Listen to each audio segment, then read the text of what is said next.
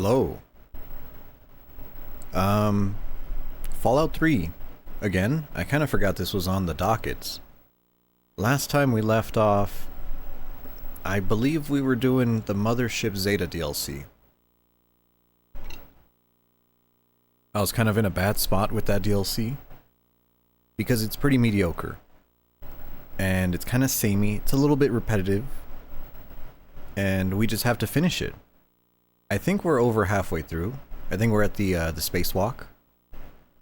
So it's going to be pretty simple to get past that, and then I think I'll go into Point Lookout. Cirrus, hello? Fallout Prem? Sure. I had to change around my setup here. Mostly because, if you remember last time, I was talking about my new 3D PlayStation TV. And it's wonderful. It works. I got it working. Works great. Despite its issues. And just as a test run, I decided to play a little bit of Killzone 3. Which I know for a fact that is one of the 3D games. And yep, of course, it worked pretty well. A little disorienting. Little disorienting to play that in 3D. Also kind of weird because it effectively cuts your frame rate in half. So it looks very strange when you play it.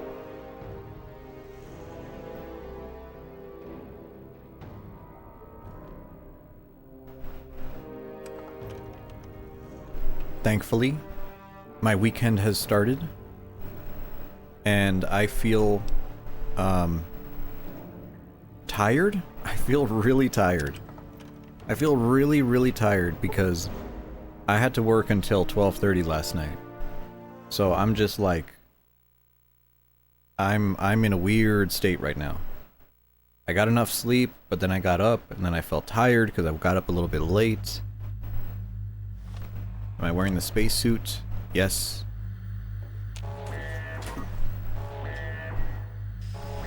So I ended up drinking some of this advanced GG stuff, and it's okay. Let's leave it at that. It's okay. It'll do. And now that I have that in my system, of course, nothing better to chase an energy drink with than a beer. So I have a PBR here.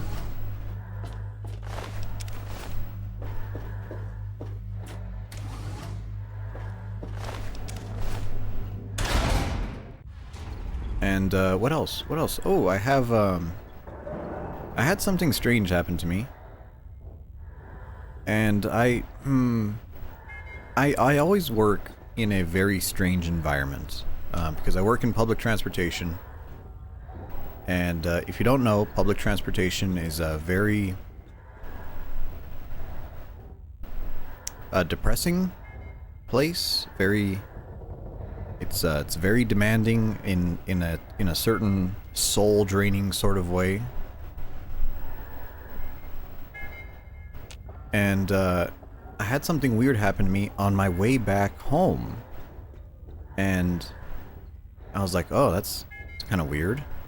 So I was driving home, and there was some guy in the street, and this guy in the street was like walking around, not in the crosswalk, just walking around, getting in the way of traffic, and I was like, okay, that's a little weird, you know. And I see him across the intersection because I'm at a red light, and I'm like, okay, you know.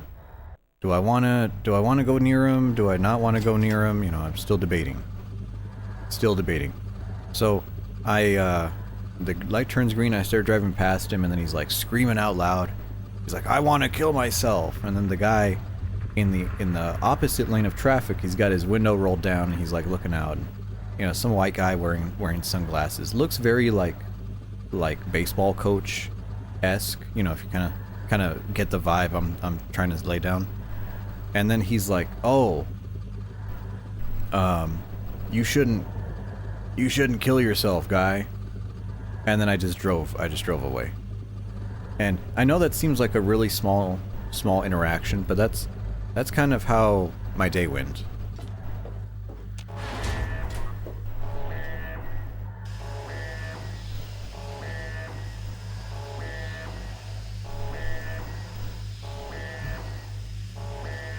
You know, I don't even notice it anymore, to be honest. Like, there's just so much nonsense that happens in my life that, and that is broken. That combat helmet is broken. That's a shame.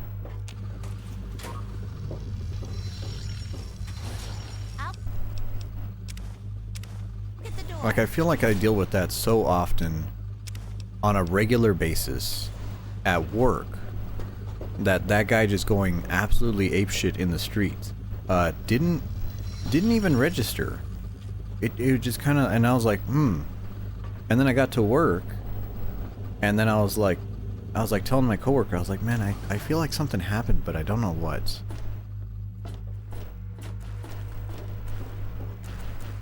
Ah, beautiful Earth. I can see my house from here. Any dialogue? It's so pretty. There you go. Didn't think I'd ever see something like this. That's really something. Almost enough to make you forget we're running for our lives up here. Sorry, I should get I got a the piece of door. pepperoni Hang here. on, I'm gonna Nick. eat it.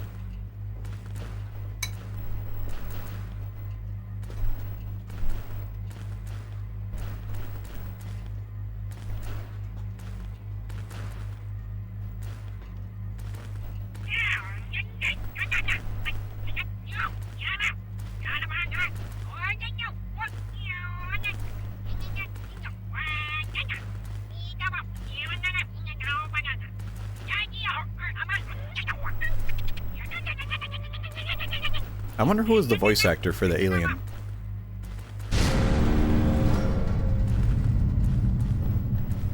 Now you can kind of see the particle effects. Wow! Did you see that? Scary, but also kind of a stupid move on their part, don't you think? Oh, come on. You don't need to understand it to get the point. Some kind of a threat. And if they're threatening us, it's a good bet we're starting to scare them a bit. Now, you ask me. We need to find out what that was and make sure it doesn't happen again. I'm surprised there's But at no least karma we know thing we're with her. Getting somewhere. Because she is a slaver.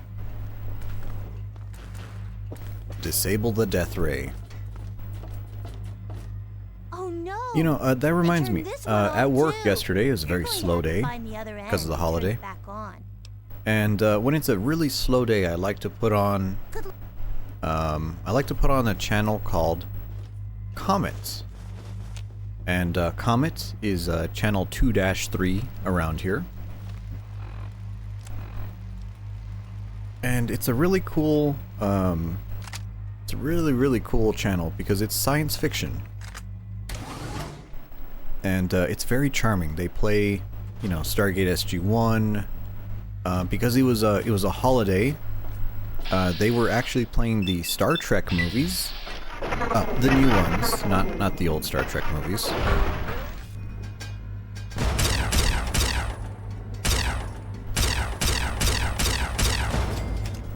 And so they were playing the Star Trek movies, and before the Star Trek movies, they were actually playing a TV show that somehow I've never heard of. And it was The Librarian. And I was like, The Librarian. I've never heard of that. So I ended up looking up what is The Librarian. And it turns out that The Librarian was a TNT movie.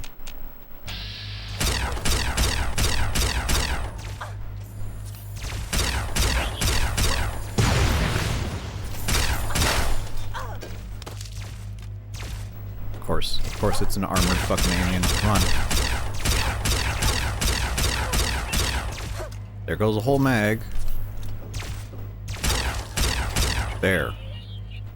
So, The Librarian was a TNT made-for-TV movie, and I believe it wasn't just one movie. I think it may have been a couple.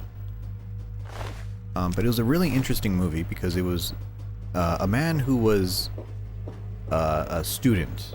He was like in college, and I guess he was in college for like forever, like a giga nerd, like one of those people who's like in academia perpetually. And so he was I guess his professor or someone was like, hey, you need a job, and then here you're gonna become a librarian at the New York Public Library. And then he's like, oh, okay, I'm a nerd, you know, that's, yeah, librarian, nerd, you know, sure, yeah. And, you know, I used to be a librarian back in the day. And so he ends up getting this job, and then it turns out that it's not actually like a job that he thinks it is. It's not a librarian. It's like a mystic order of protectors of a collection of artifacts. And the best way I could describe these artifacts is like the warehouse from the end of Raiders of the Lost Ark, where it's just like every mythical thing ever.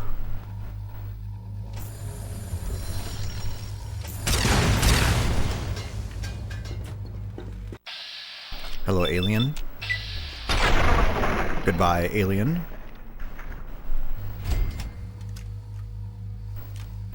And it was pretty interesting because there's like, you know, Excalibur,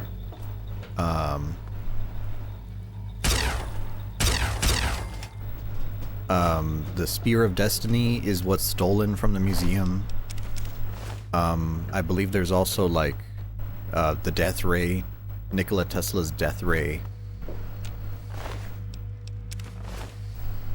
And it's just kind of like a zany, you know, wacky TV show kind of setup, and it's a made-for-TV movie. And then so after that made-for-TV movie, then they turned it into a TV show, and some of that was on the TV, so I was watching that, and I gotta say I quite liked it. I always like finding television like that, because I think those middle-of-the-road productions, they're always so charming.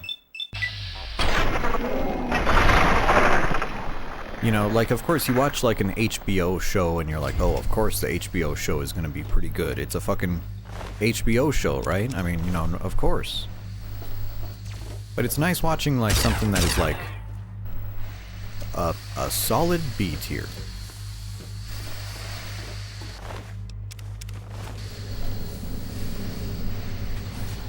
I've also started watching Babylon 5, Season 3.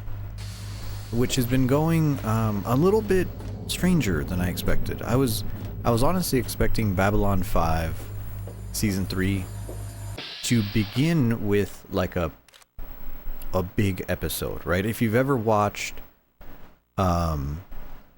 Star Trek, right? Star Trek is a great example of this. Between seasons of Star Trek, there will be some giant threat. And they'll end the season on some kind of cliffhanger or massive twist, right? Like when the Borg took Captain Picard, right? That was like the end of a season, and then you have to wait, and then the next season, boom, you know, it's like a 2-part episode to get him back, right? Some kind of thing like that. And it's usually pretty good. Is that an innocent civilian? Holy shit! Here we go. Oh, yeah.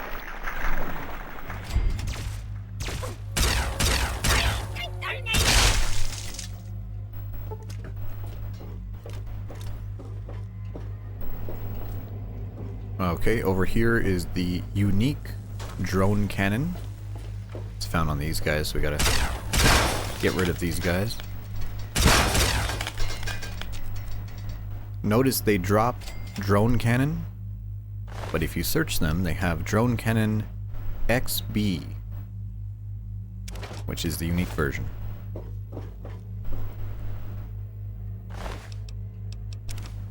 And they both have one, and it's worth a comical amount of money, so I guess we'll take both. Bronco, hello. I was just going off about my B grade television shows. Let's see, combat armor. I guess we could use that.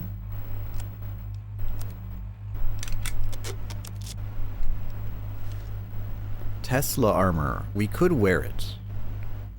We could wear it. I don't think we will. We'll take these landmines.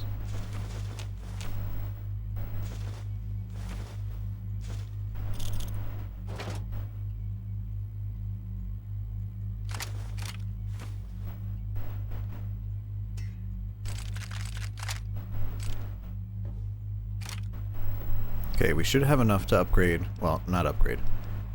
We should have enough to repair most of our stuff. So let's see what we could do here. That's in perfect condition. Drop that. Same thing there. MPLX Nova Surge. Put that together with the plasma pistol. We'll actually use that for a little bit. Got a couple plasma rifles. There we go. And that brings us comfortably under weight.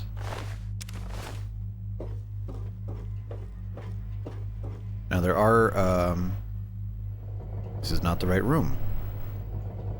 No, maybe it is the right room. That goes upstairs. No, that's not right. Where is it? Ah, here it is.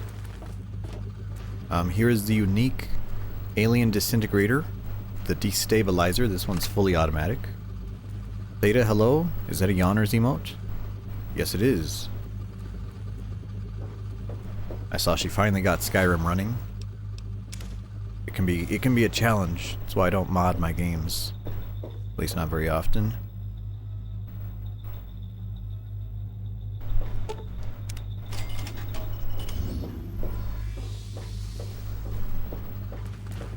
Oh, actually, we do want to kill stuff here. In this range, if you kill certain things using alien weaponry, you end up getting the perk that gives all of your alien guns bonus damage. So we're going to make sure we do this.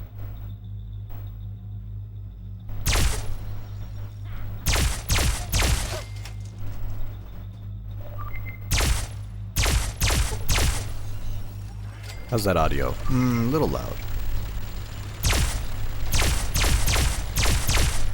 Not egregious, but a little loud.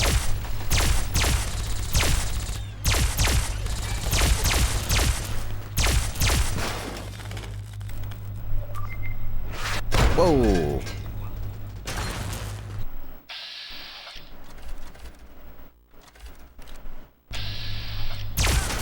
Blue Panda, hello.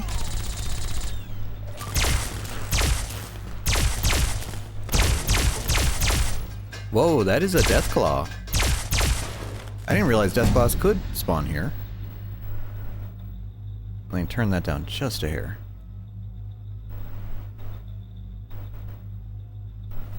And there's our perk, Xenotech Expert. And a level up. You know what this is a good time for? This is a good time for the drone cannon.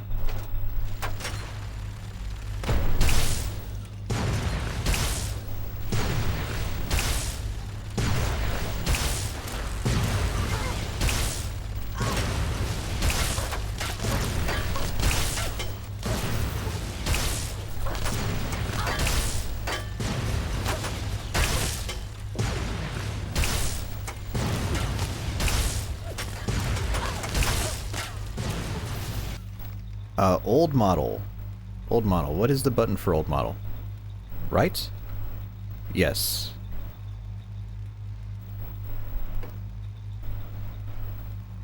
Yeah, this is actually the second model. This is the second model of mine.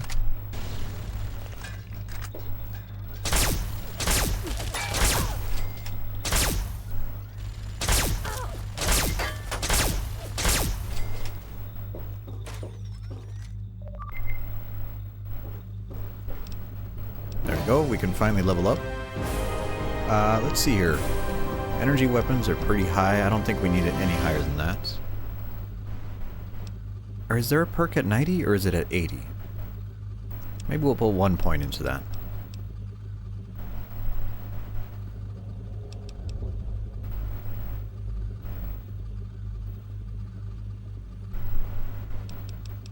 I'm really not sure what I guess big guns. We'll go big guns.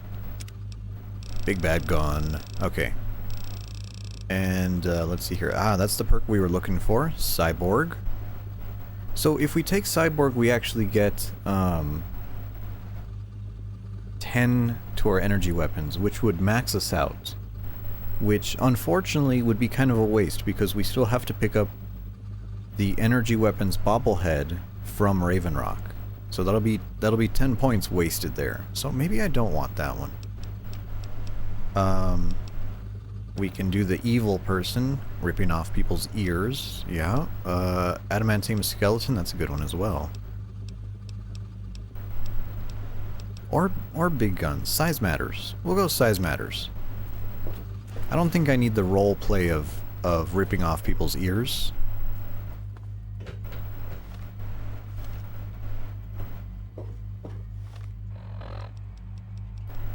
I wonder if ears are ears a turn on for people? Trying to think if that's a writer's poorly disguised fetish.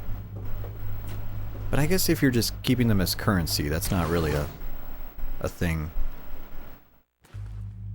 Maybe it's a historical reference.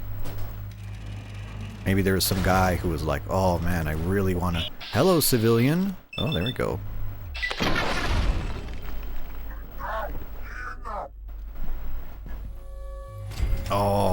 Oh, I lost so much karma.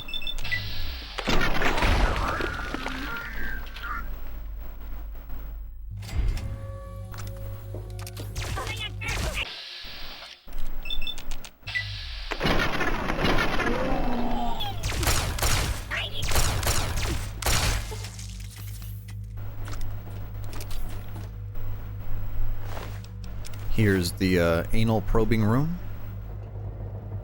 where they violate you with all sorts of interesting shaped objects. Is that a drill? Interesting.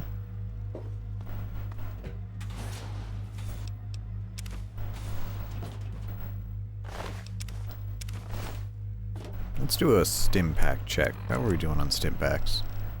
34. Okay, that's running... It's okay, but we're running a little low. A little low for comfort.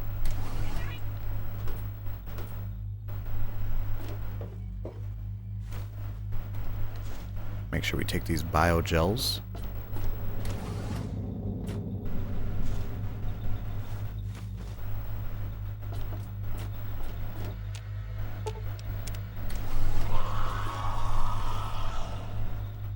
You know what? I just realized I missed the unique alien atomizer.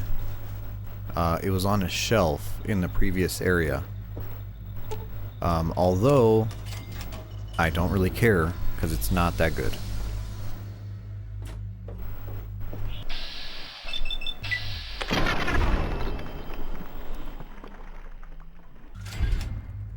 Because out of all these alien weapons that we have at our disposal, once we leave the ship, honestly, we're just going to use 2 of them.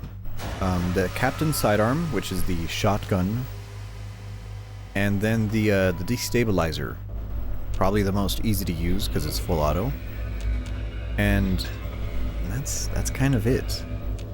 The atomic, what is it called? Atomic pulverizer, which is the unique version of the alien atomizer, is not the best thing in the world. It's not the best thing in the world, so it's kind of it's whatever.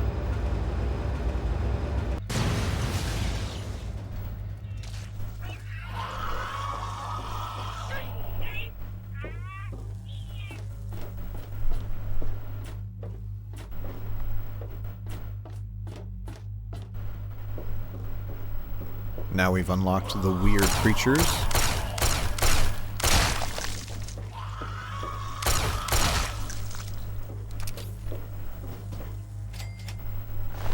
They're worth 50 experience each. That's pretty good. I will take it.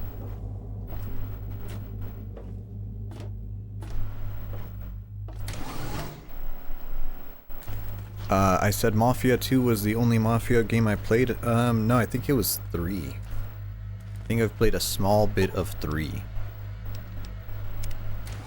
But no, I've never played one to completion or for any long bit of time. I think I played it once at my cousin's house. And I think there was a demo. I think there was a demo of it at one point. Where you... I don't remember what you do. Is it like you rob a bank or you rob some kind of armored truck or something? That's really all I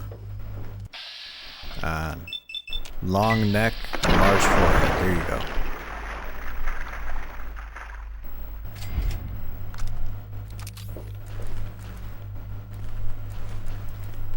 You're old and you don't have good memory? Well, it's only like games, you know. Sometimes I play games and I don't even remember them.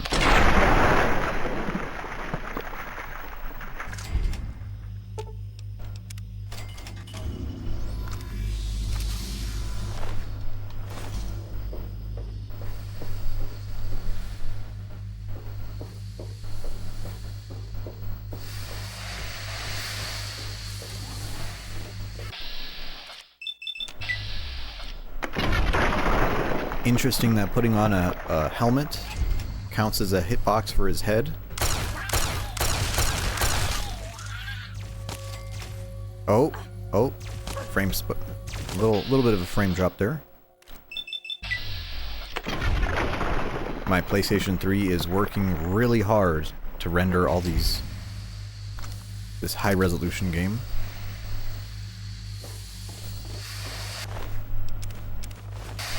Video games can be a strength in terms of memory. Yeah, usually. I think, you know, there's certain bad games that don't stick in my memory, but they're pretty rare. They're pretty rare. Okay, so I press this button here. Now everyone comes up. Now we go to the death ray.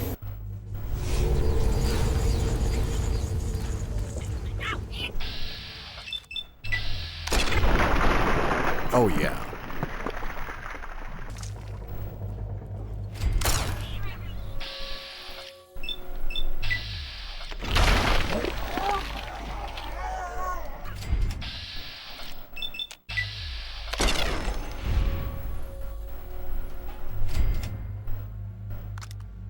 You know, it'd be really funny if Fallout had karma effects.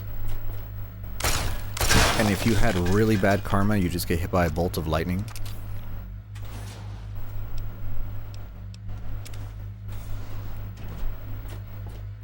It's not easy to remember why you didn't like them.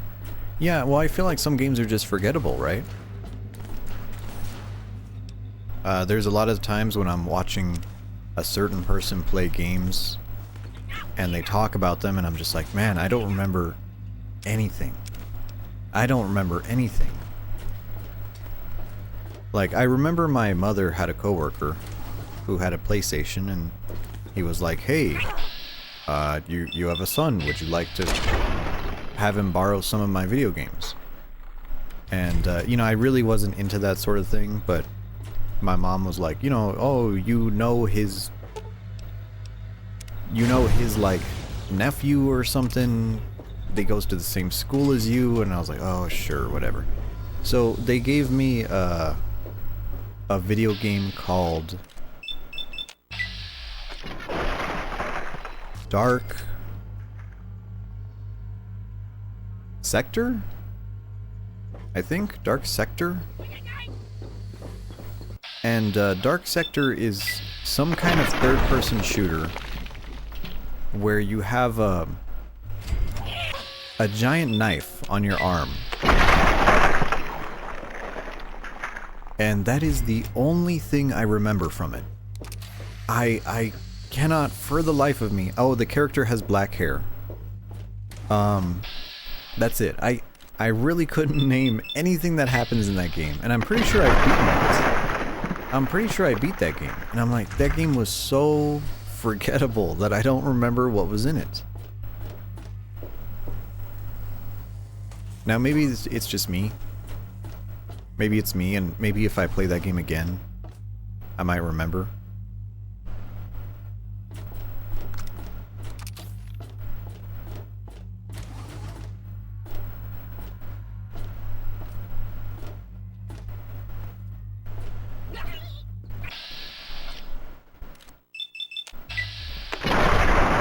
Oh, Ratchet and Clank and Pokemon? True. True. I mean, especially with like Pokemon, you know, the series that everything is just kind of the same in. It's really easy to get your memory from one game to the next mixed up. And I honestly don't know how people like I'll watch other VTubers and they're like, "Oh, remember this guy and this character?" And I'll see like fan art on Twitter.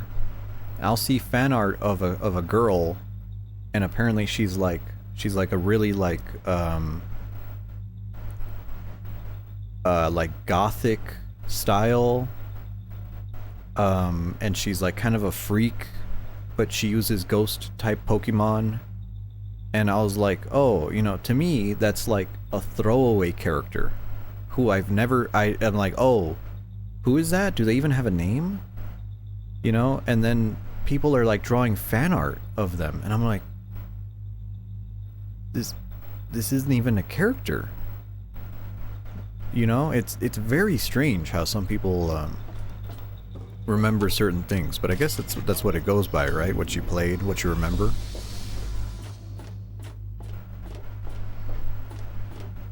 You know, shout out to my boy, what's his name? Meat? I think his name was Meat. The guy from Modern Warfare 2 who dies in the favela. Shout out to that guy. Let's see. Watch Dogs 1, Red Dead 2, Heavy Rain, Death Stranding, Last of Us 2 that you hated. Well, it's okay to hate those games because they're all weird and bad. In fact, I think it's good to hate games. There are some games that I play on this channel that I absolutely abhor.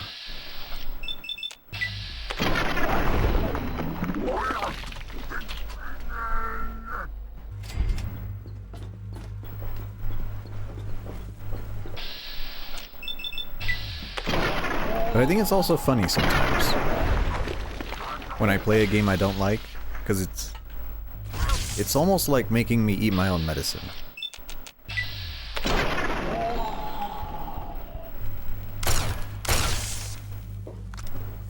And actually, I had an encounter with a game that I don't like recently. It was Tarkov. Tarkov had a new update. They added the icebreaker finally. And let me tell you, I haven't played Tarkov in a few months. Mostly because the last time I played it, I got immediately killed from somewhere I didn't see by a boss on another floor, and just instantly killed in one shot. And I was like, that's great, cool. And then I stopped playing Tarkov. And so they added the update, and I was like, whoa, the update. What do I have to do to play this new map? That sounds pretty cool. I want to play the new map. And of course, it's some like they can't help themselves.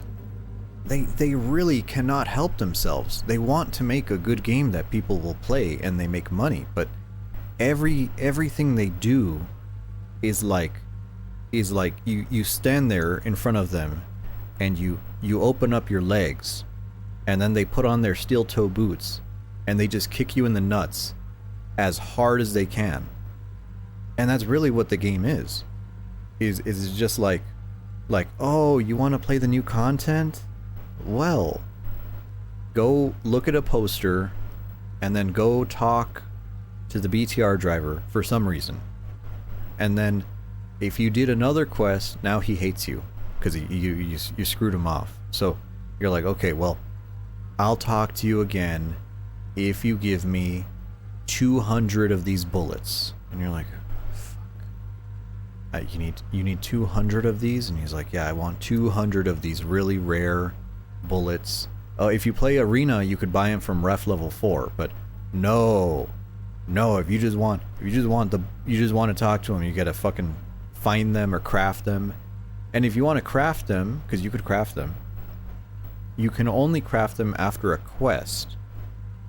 And you're like, oh, well, I'll just do the quest, right? Well, that's one of the longest quest chains. And then you can craft them, but you can only craft them like 30 bullets at a time. And it takes like 2 hours to craft. Oh my god, what the fuck is wrong with them? Let's fire the death ray. Actually, no, let's turn the death ray. Can I... What does that do? There we go. Aiming that at, looks like Ohio. There we go. Solve that problem.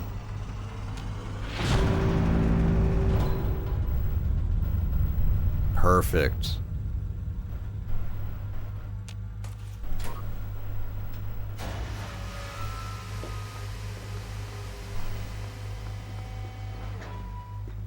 So, yeah, I tried doing part of the icebreaker quest, and I was just like, what issue? What? Of course. I thought they don't spawn at the first one. I thought they spawn later on.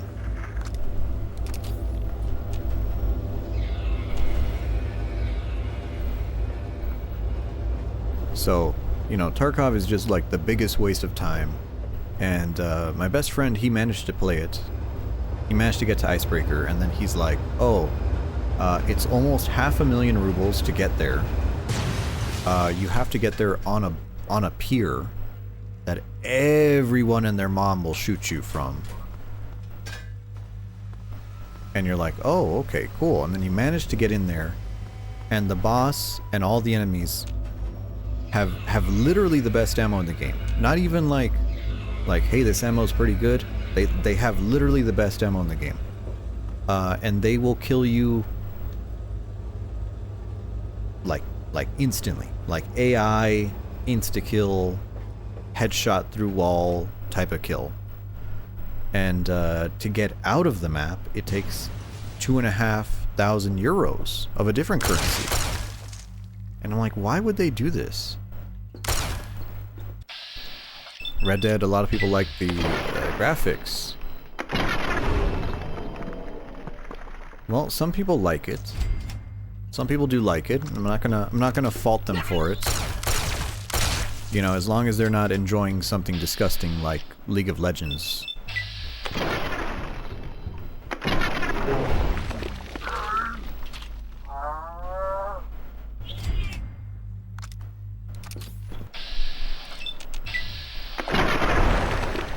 I'll talk about something that I did to hurt myself recently. I did re-downloaded Destiny 2. Now that Destiny 2 is at its end of service, I feel like, you know what, maybe I should play a little bit of Destiny 2. So I reinstalled it here. And that's a lot of memory. That's like 110 gigabytes, and I was like, wow, that's a lot. And then I started up the game, and there's like 4 or 5 intro cutscenes, and I was like, I literally don't care. I literally don't care. I just want to play PvP. And then apparently the game modes you could play has been limited, and the screens, every time you open a screen, it's just full of ads. And I'm just like, oh my god, what did they do to this game? I know Destiny hasn't been in the best shape, but damn, it's bad. But I was able to play a few games using my Warlock, the Osteostriga, and it was pretty good. Pretty good. I got a... not top of the leaderboard every time, but I was up there. You know, I was jacking some dudes. No biggie.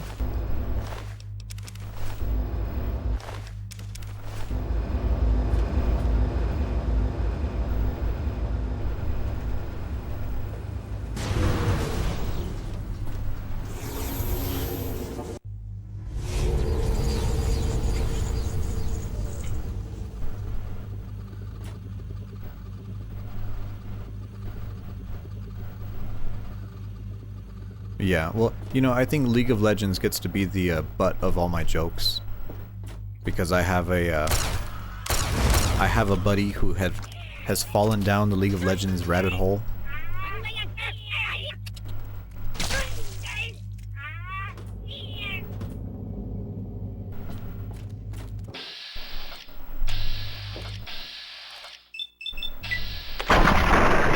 Ah, perfect.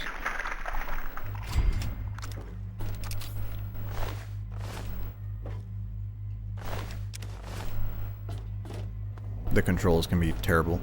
Yeah. Yeah, I mean every game has its downside, right?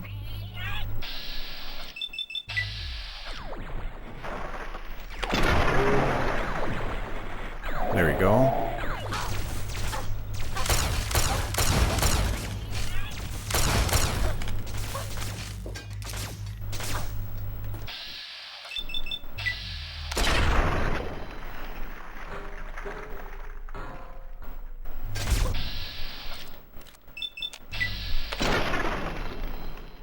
Thankfully, VATS is saving me from some damage there.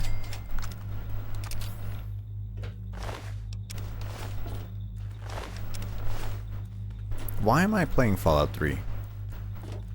Maybe it's because Noi was playing it, and she started a playthrough of it. I was like, I never did finish this game.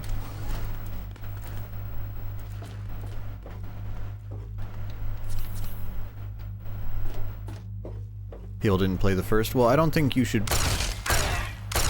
be required to play the first game to enjoy the second one.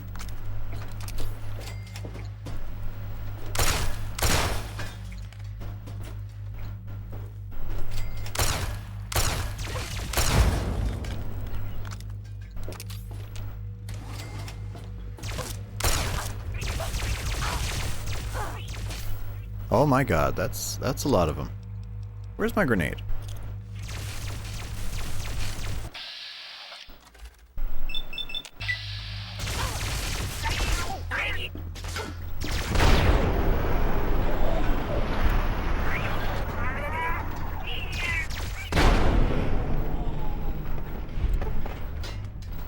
Oh, a third grenade? Sure.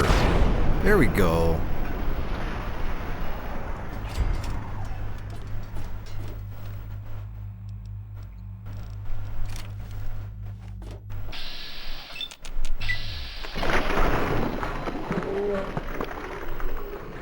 You don't like prequels?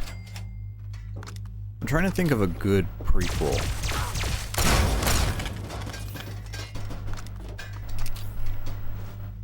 I remember Silent Hill 0 being okay. Pretty sure that's a prequel. What else is a prequel? Yes Zero? Ys Zero? That was okay. I mean, every Yes game is kind of okay. So I feel like that's not really like a super high bar. God of War Ascension for the PSP, right?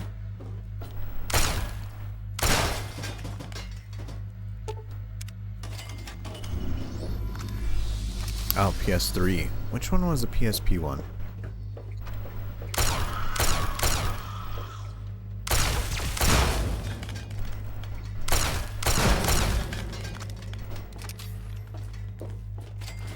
Maybe something of Sparta?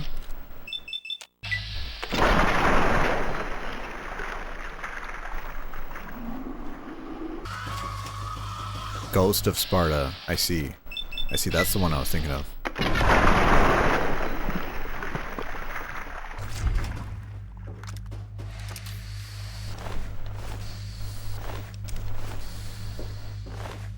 Oh, that's a pre-war book. I didn't realize those guys could spawn with pre-war books. Hello, man. Oh.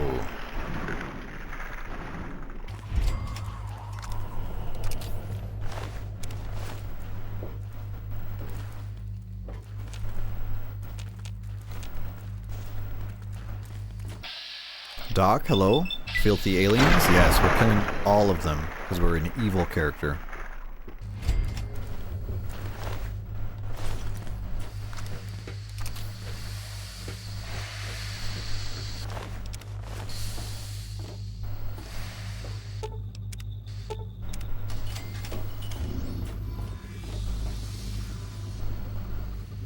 Ah, and we're at the bridge already. So let's use an alien epoxy.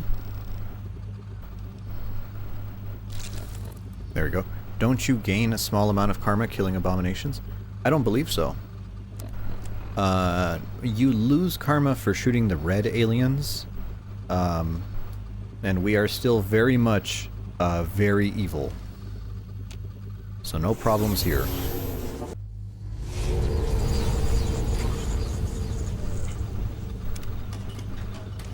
Hello, boys.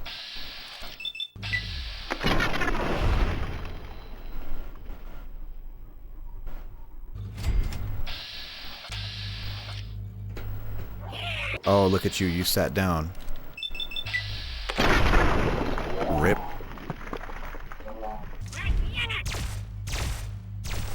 Here's the unique weapon, the Captain's Sidearm. Mafia goes, going back to what I was saying earlier, it's great, you enjoyed the first 3. Old Country.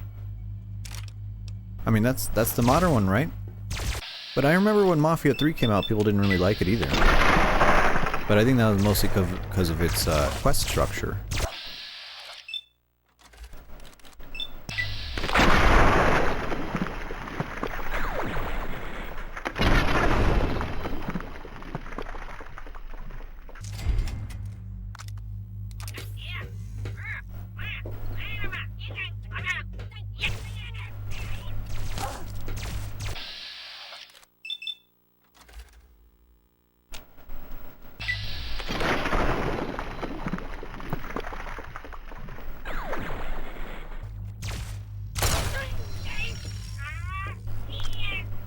Oh, my controller is vibrating so much right now.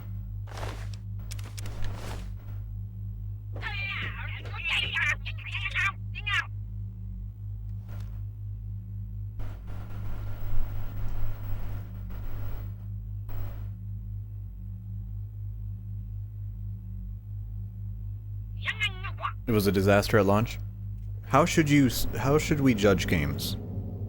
Should we judge them how they come out, or should we judge them once they're all patched up? Holy shit, where did that come from?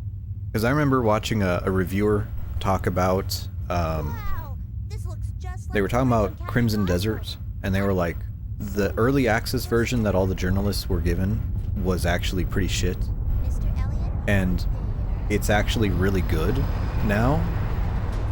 And they were like, well, how am I supposed to write a review when they're going to change everything? And I get to Once they're change patched up would be the more death impartial way. I don't know.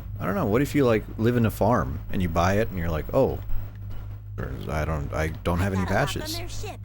Fire when ready. Mix and match of both, yeah.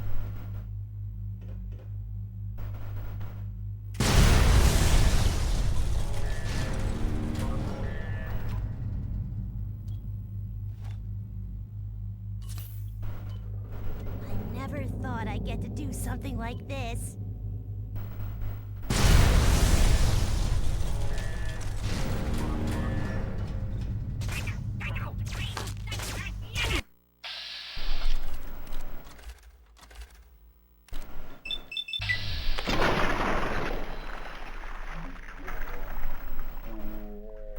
It looks like Ah, Cyberpunk. Yeah, that's a good example. shit, they hit the core and sapped out power. Look around for some. What did you hear, Sally? That looks like it's working. Oh, it's the samurai. We should let him in.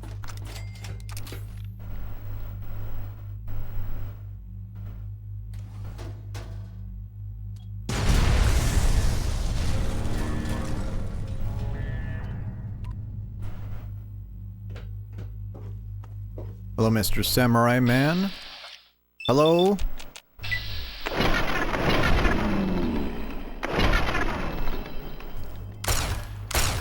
Konnichiwa to this, dude.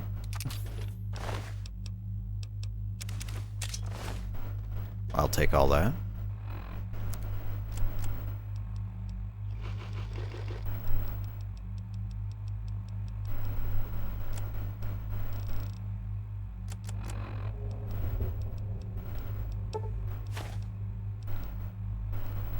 Let's see here.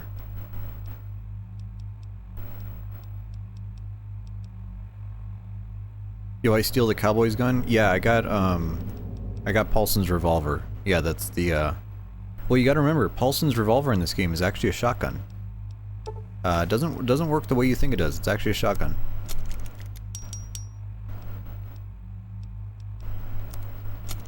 Okay, a little bit more weight, and we're almost done. Laser pistol, get rid of that. Flamer, do I want to drop the flamer? Preferably not. Okay, we're all good now.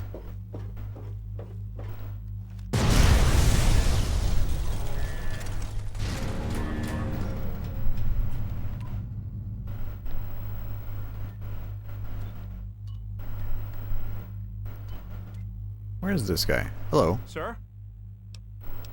Make me some gel. Thank you. 28 gel. Oh, you want some? I'm gonna melt.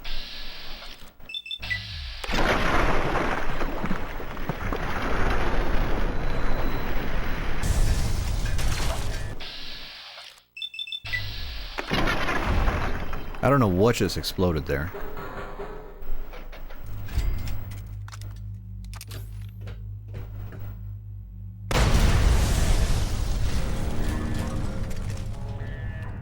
Why won't you work?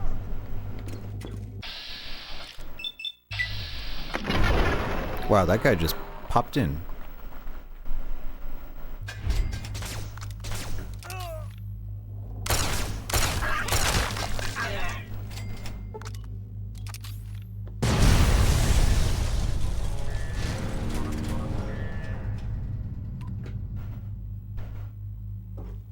So in some Magic the Gathering Damn it, news, their shields are back up and max. I'm trying to make my own mono red commander deck We need to end this fast. based around that new Eldrazi dragon. Payback time!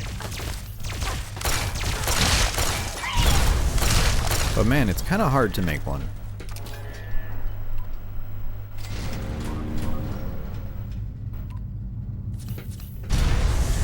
But it's probably because I'm overthinking it. We get a level up. Let's see here.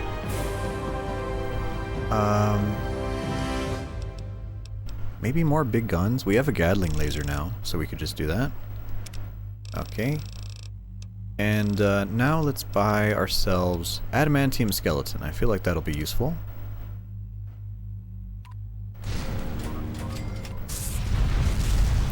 And there they go.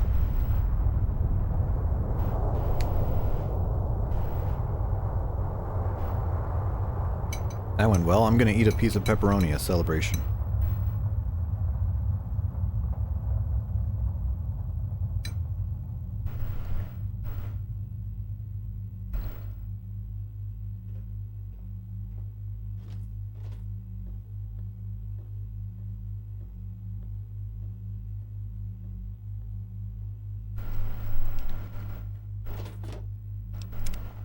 Now I want to save my game here, because I want to try to do a glitch.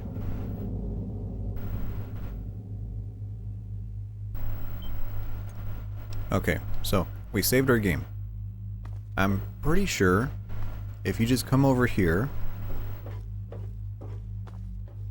and if you just like stand here, I'm pretty sure you die. I don't know why, but I'm pretty sure if you just stand here, you just die.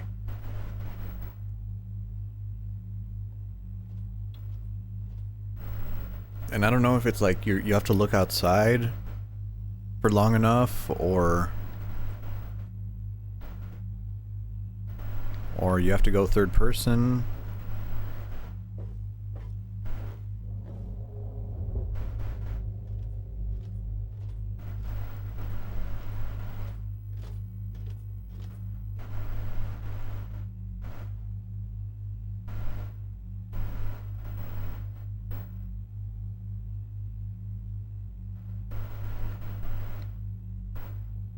I have to hold still, or...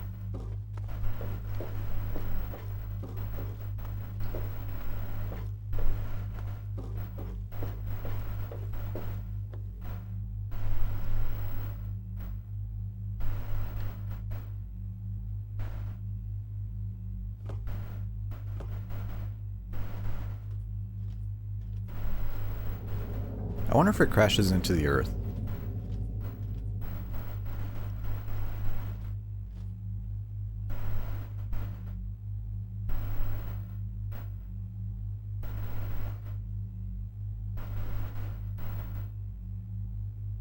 Still going.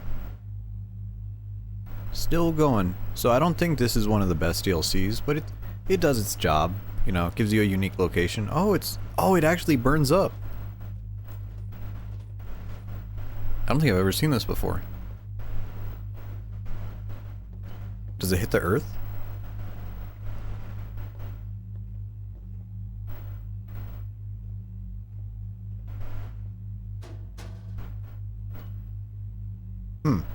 All the pieces despawned. Well, I guess not. I thought, maybe it's like system dependent. Yeah, we won! I knew we could do it! You're even better than Captain Cosmos! Yeah, I'm a real captain. Thank you. I know.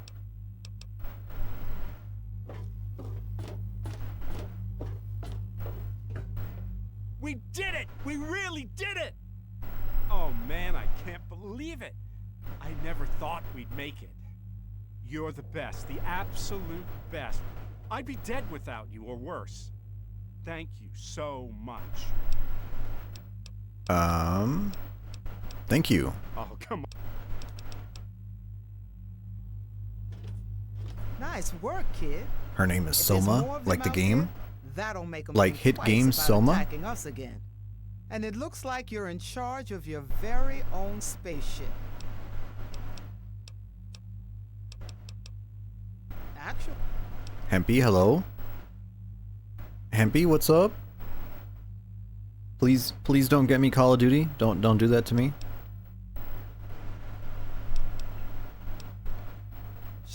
But if you want to play some Battlefield, if you want to play some Battlefield, I cosplayed as you today. Did you see it? No, I may have left already. I probably left before that because I caught the beginning of the stream and then I went to my parents' house. Do I have to watch? I'm gonna watch the VOD. I'm pulling up the VOD right now. Hold on. Did you put on the hat? You send me a screenshot? Okay. Alright.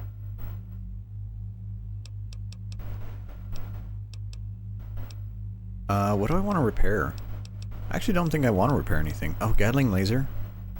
Might be good. 20%. Okay. Now I'm waiting for what's-his-face to talk to me.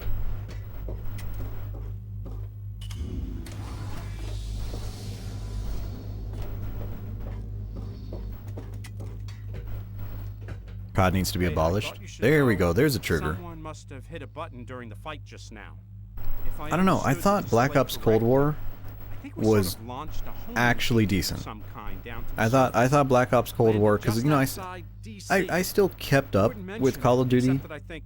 Black Ops Cold War was like decent, I think it's a way to get back to but seems like there's a teleporter in the man, captain's quarters. that like hour that I played with Hempy So I guess you on can go if you want. Oh, don't worry. I'll on stick Black around Ops up 6, here that and was keep an eye on things. that was something else. I'm not sure I could play a game like that.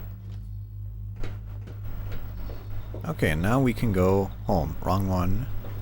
Is this the one? This is the one.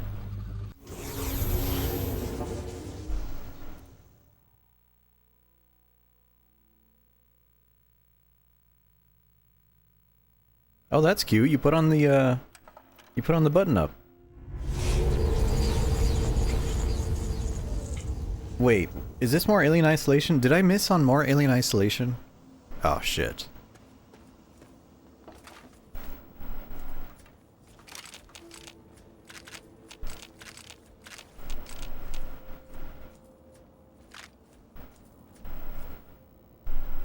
Also, who is this?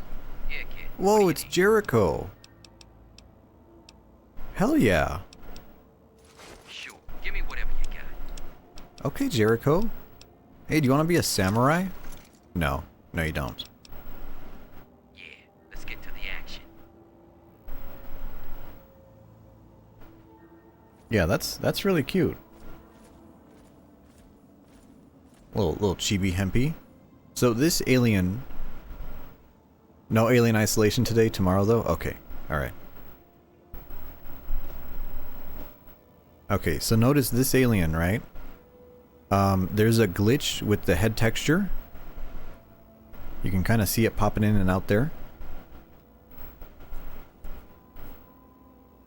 Okay, now also, this item has like very little weight.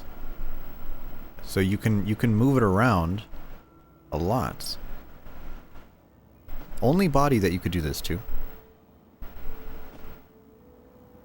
And with that, now we have the Alien Blaster, the real gun.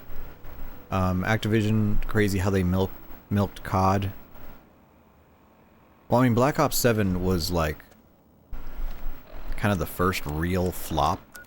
I mean, I think it still made money. But people were definitely kind of less than happy over the AI like nonsense of the game. I don't know if they released sales, but they actually released a statement saying that they're revising their course of action for the series. You know, like generic company talk. Give me a second. Keep your panties on.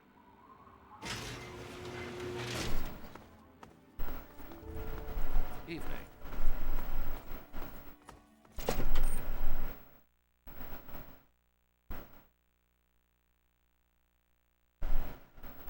I'm trying to recognize what that cursor is. I'm not sure I know where that's from.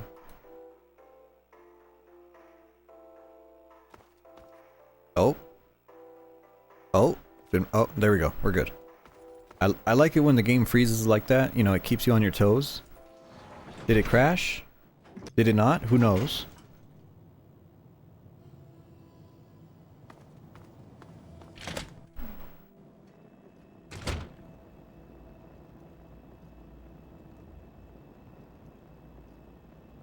Oh my god.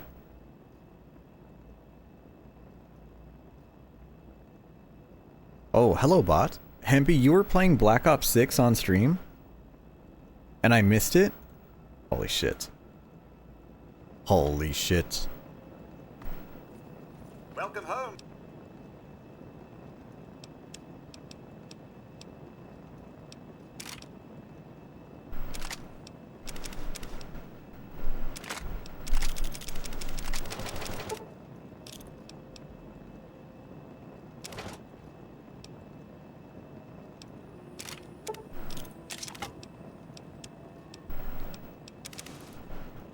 Flip, hello? They're just trying to say the politically correct thing? No, well, I mean, I think Black Ops 7 actually sold less copies than Black Ops 6. Which, in corporate world, is like the worst thing to ever happen. If your new products doesn't show growth, then you are in the red. Am I winning? Yeah, I'm going back to my old Fallout 3 save that I did, oh, maybe like a month or two ago. I think I started this playthrough in March. But we just finished the Mothership Zeta DLC. Now I'm going to start the... probably... I don't know, what should I start? Point Lookout? I'll probably do Point Lookout since I'm in kind of a swampy sort of mood.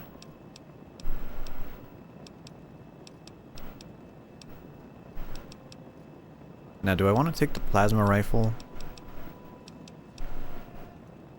Yeah, sure. Sure, I guess so. And then do I have any weight? Just one stealth boy, that's good.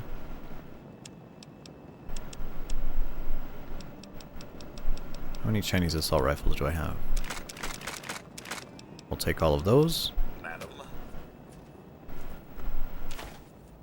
And let's turn these in.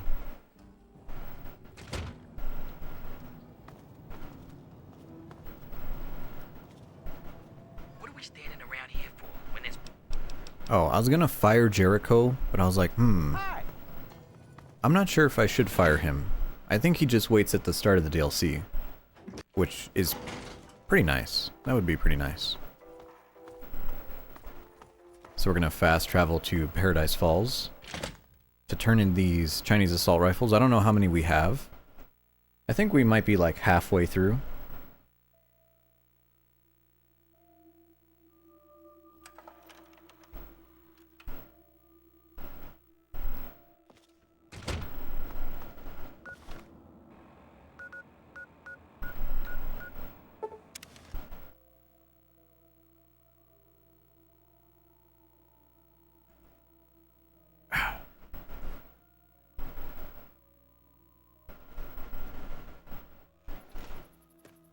What are you hanging around here for?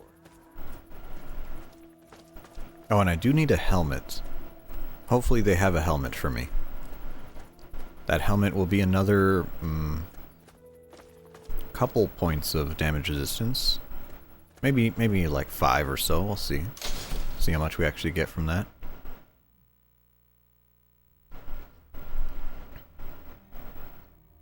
And then this way, doing this DLC will give us the unique weapon called the microwave emitter.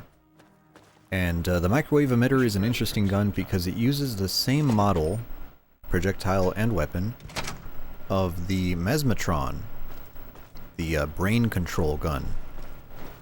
But unlike the Mesmetron, it actually does damage. I don't think I've ever really gotten a chance to play with it. You need guns?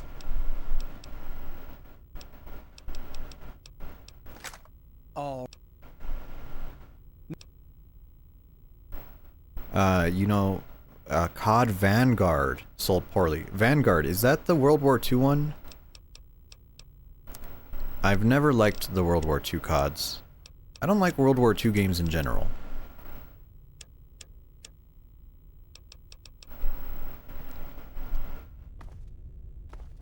What is Vanguard? I'm pretty sure it came out like around the same time as COD World War II. Holy shit, it's you. Holy shit, it's you. Thank you. Thank you. At least someone recognizes me around here.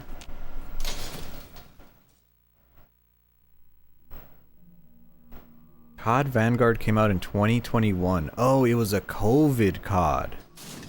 Oh my. World War II came out in 2017. Now I feel old. Hearing that, now I feel old. Oh, I can't fast travel to the Jefferson Memorial. That's a shame. Do we risk it from Nuka-Cola plant, or do we go from Citadel? Let's try from Citadel. That was 9 years ago. Yeah. Isn't that crazy? You know, I wore my hat backwards today to keep my hair from you know, getting frizzy when I was driving.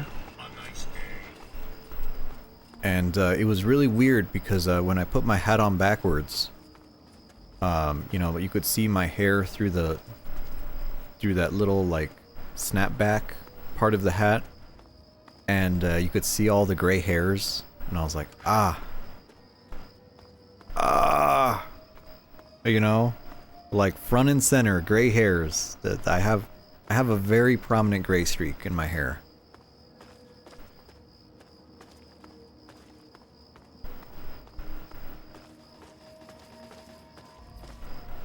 Steve Buscemi? No, I don't feel like that. I'm at the age where, you know, teenagers say sir to me. You know, I have a career. It's just kind of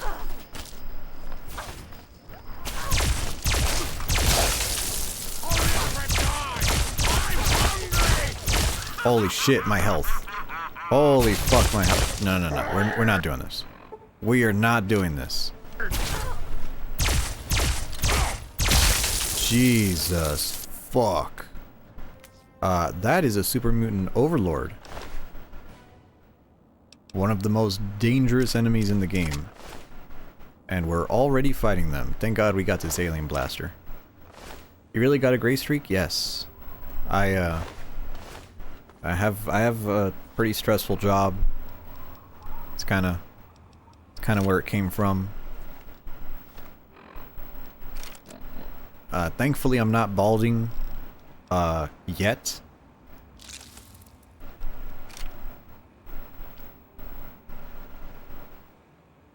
You get messed up when you hear "sir." You're not even 30. You're going gray hair. No, I mean I have like a streak. Cause I had a point where I was working 55 hours a week for about 2 years straight, and that's when I was like 20 and 21. That's what I was doing for those years. And yeah, once I got out of that, I had gray hair. Yeah, just like that.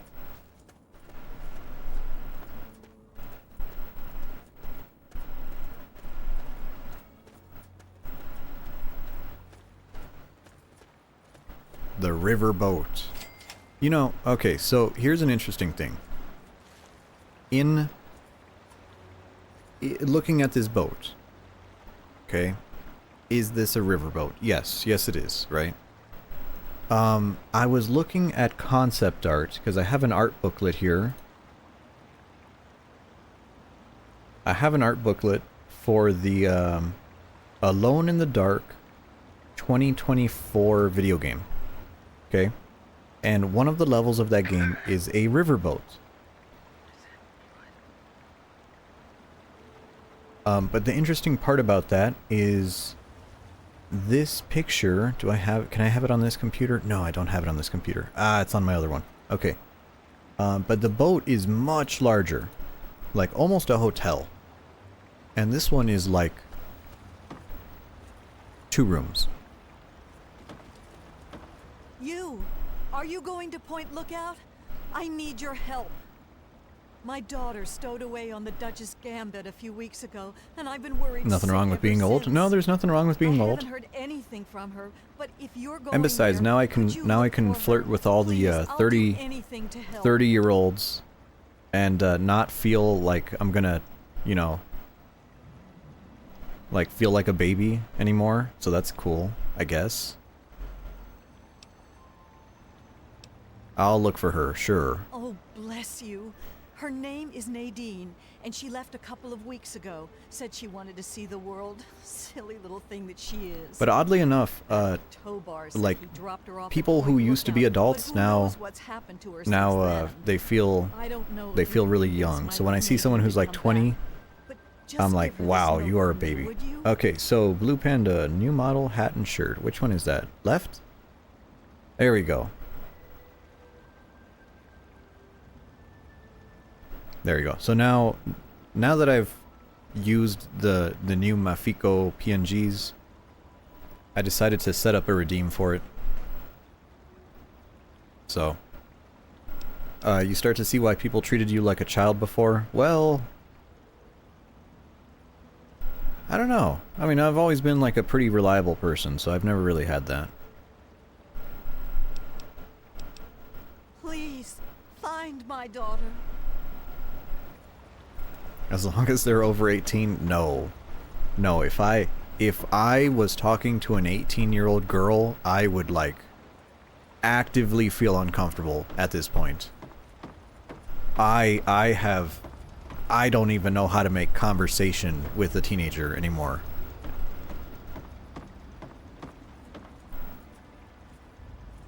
Here's my little, so I'm gonna sit right here. Look at that, there it is.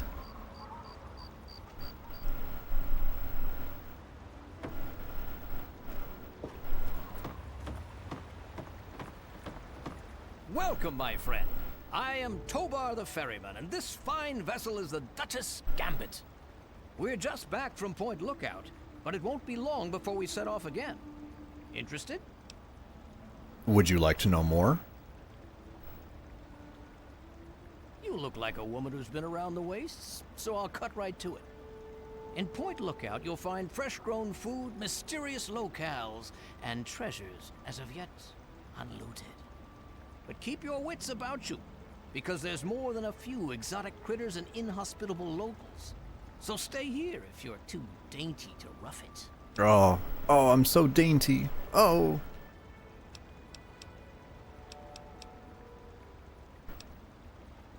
Down south, this side of the bay, there's a soggy strand of beach called Point Lookout. Oh, it's got it all. Why did he sound Ruins different of during ancient that statement? treasure Was that a towns, different voice mysterious actor? Swamps bristling with treasure, and all practically untouched by outsiders. But if you're curious, I could offer you a ride over to that faraway land, for a nominal fee, of course. And sorry, but I don't do group trips. If you want to see Point Lookout, you'll have to leave your Oh, phone recorded here. on a different session? Oh, maybe it was ADR. I see. Okay.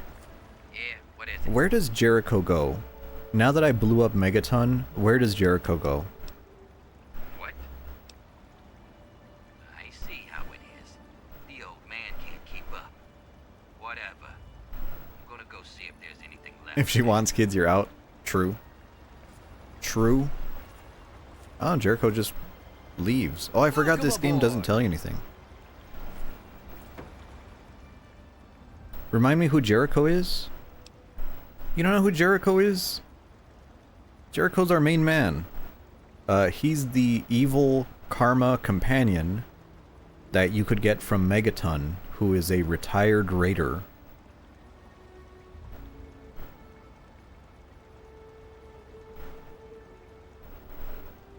Oh, 900. 900! Is that a Tony Hawk reference? Shout out to Tony Hawk. By the way, I know he's probably not here, but shout out to him anyways.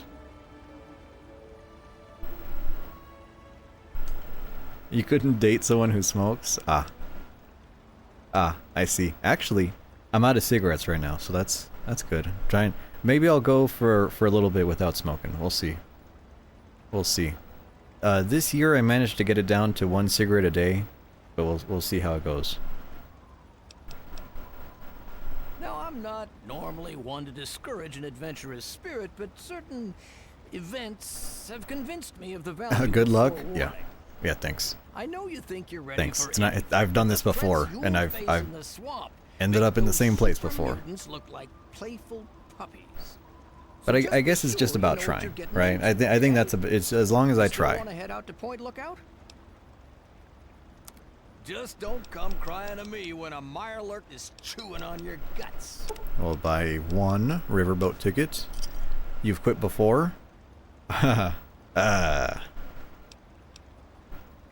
Once you've got a ticket, just head into the cabin and settle in on the... Whenever you're ready, just... Oh, you know, here's a funny story, okay? Here's a really funny story. You have someone who vapes. I don't know. Vaping's very... I've noticed the people who vape are very obnoxious about vaping. Looking to travel? But the people who still smoke are very used to being ostracized for smoking. So thankfully that's the thing. The I smoke anywhere people are kind of all gone. And now it's like, hey, I gotta step out for a second. And you're like, oh, I wonder where they're going. Oh, they're going to smoke.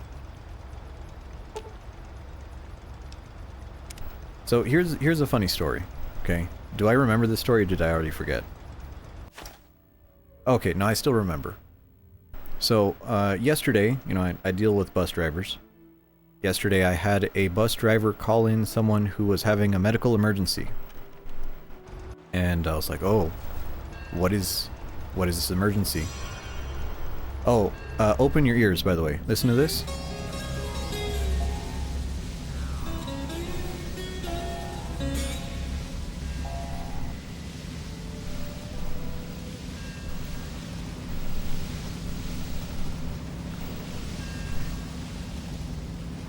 A banjo? No. I mean, perhaps yes, but no. Do you hear the bell?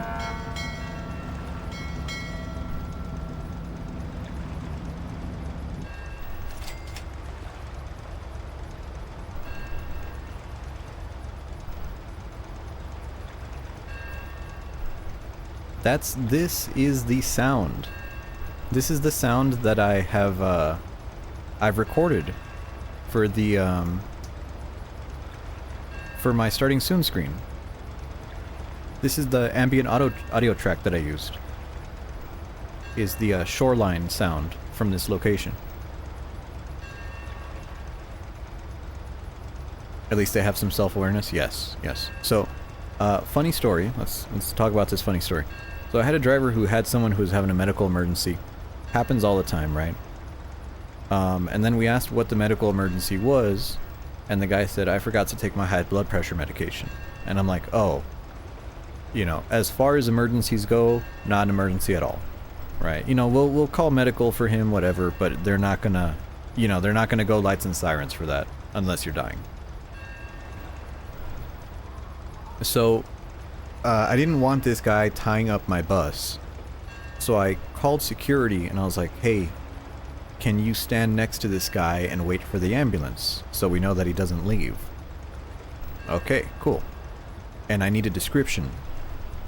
So I asked the driver, I'm like, hey, can you give me his description? And he says, oh yeah, he's wearing, I don't know, he's wearing a white t-shirt and jeans. I'm like, okay, cool. And then I asked him, I said, what race is he? Okay. And then, do you know what the driver asked? He was like, hey buddy, hey. And I hear him through the microphone.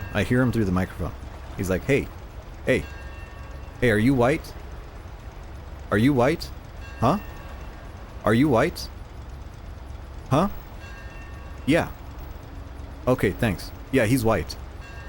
And I was like, I was laughing on the other end. I was like, damn, dude. Alright, pretty woke. You know, stay woke, brother. I was like, I was dying on the other end. I was like, holy shit.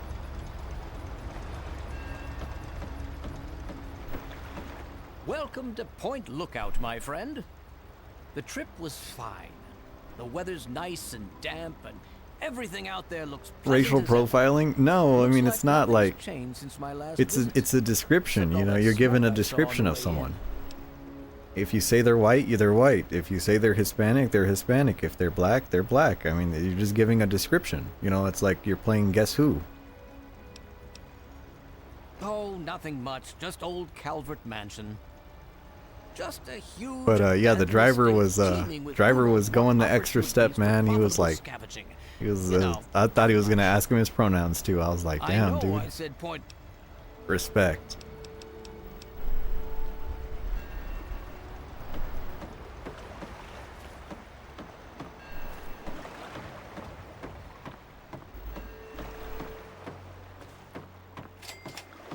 Alright, so I kind of want to speedrun mostly the main quest here, because that's what gives us the energy weapon here. So we're going to go straight to the mansion.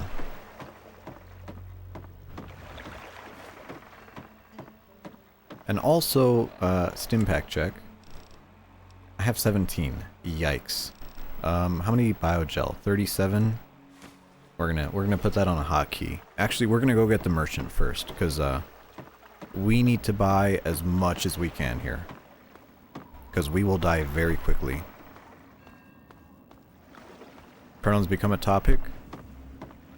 Well, you know, it's really easy. You just call people what they want to be called.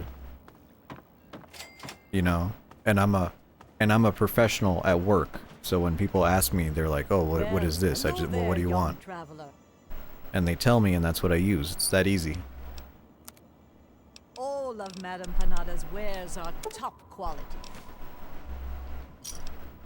Was Point Lookout its own DLC? Yes, it was. Yes. Every DLC in Fallout 3 was its own DLC. But if you have the Game of the Year edition, you have them all. You don't know if you ever played this? Honestly, okay? Honestly, Point Lookout is amazing. Super strong art style. I love the environment. It's its own little world. You can leave and come back, but it costs you a ticket. But here's the problem with Point Lookout, okay? If you've ever played the Broken Steel DLC, enemies have a modifier where they do damage to your health. Like, direct damage to your health. So, if you're fighting a super mutant overlord, and they have the tri-beam laser rifle, every time they hit you, they will do 35 damage to your health, separate from the damage of the laser. They will just minus health. But that effect is only on towards the player, right? So they remain dangerous, even at high level. This DLC also has that, okay? But they really turned it up. So even though you're fighting, you know, a bunch of hillbillies with 2-barrel shotguns, they can one-shot you. They can, yes, they can be very dangerous to you, like comically dangerous, because they overtune them. And what was the run I was watching? I was watching a challenge run where a guy was like, I'm going to beat every quest in Fallout 3 without healing. And this DLC, he was like trying to speed run. He was like, I need to do this DLC first, because if you do not do it first, you will die. You will get chunked. But yeah, it's a very, other than that, amazing DLC. Oh, they sell combat helmets.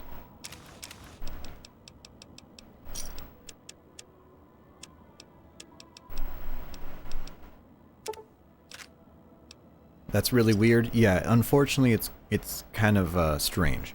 Now, there is another perk in this DLC that is kind of the opposite.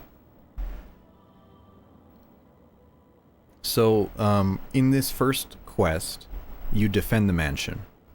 When you defend the mansion, you get a perk called Superior Defender. And when you are holding still, when you are not moving, you gain bonus damage. Okay? And I'm pretty sure they meant to do 5%. Okay? Well, they didn't do percentage damage. They did flat damage. So, if you have a minigun, and you fire your minigun, but you're holding still instead of moving, you get 5 damage extra per bullet. So it becomes comically strong. So there's a couple things in this DLC they kind of, you know, messed up a little bit on.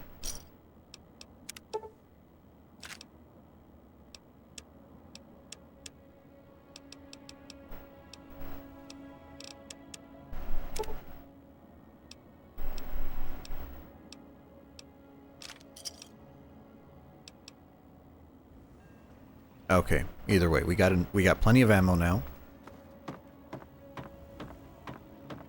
Here we are down at the boardwalk, that Ferris wheel, we're gonna deal with it later. The thing you gotta remember about this DLC is they have these wonderful references to Cthulhu mythology. And you could see this beautiful fog. Now, when you see this fog, okay, I want to give them a compliment on these design decisions. It's not like Silent Hill 1 where the fog just hides the render distance. Okay? The fog in this one actually gives you really interesting silhouettes, like the mansion, like the lighthouse. Okay? And because some of the hillbillies have like weird voodoo rituals, the fog with these twisted trees has a really unique look. I really adore what they did with it. And you can see him. See the enemy? You can kind of make him out. Right above my crosshair. You can kind of make him out. And it's not... It's good horror. You know, I like to think that every DLC in Fallout 3 tries to be a different game. Right? Operation Anchorage takes Fallout 3, but it tries to turn it into Call of Duty. This game, this is like, what if we took Fallout 3, but we turned it into Silent Hill? Oh, there goes my health.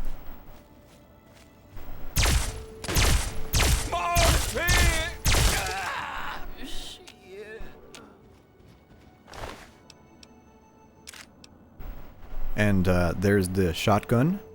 Notice the effect on the bottom. HP minus 35. That applies to the player character.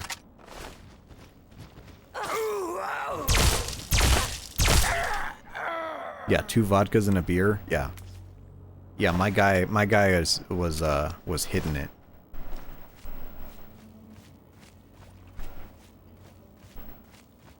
Oh, and this is the DLC that actually has moonshine. You can make your own moonshine in this DLC. You want to get really fucked up.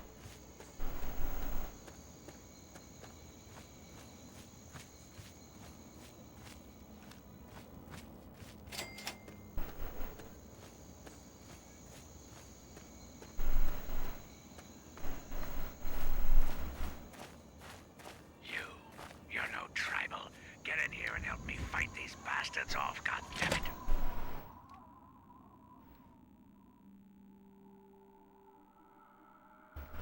Isn't alcohol immoral? I don't know. I'm drinking a PBR right now.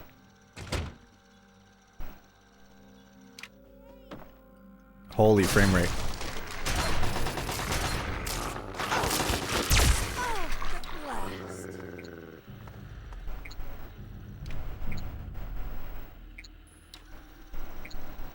I don't know who you are, but you kill them. Kill them all.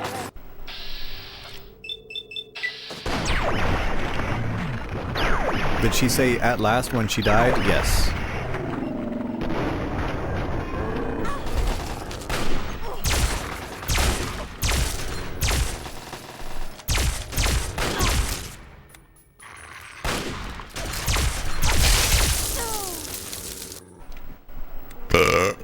You're such a rebel? Thanks.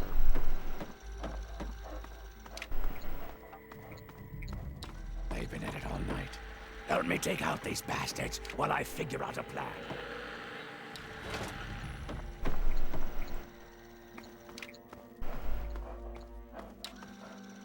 Hey, over here. Found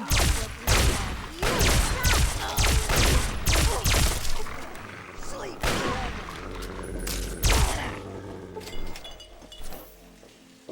It looks like they're coming in from somewhere upstairs. Hurry, follow me.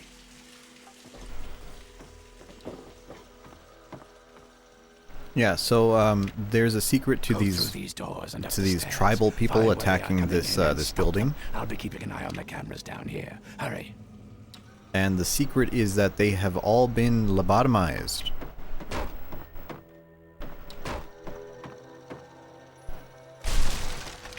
There you are.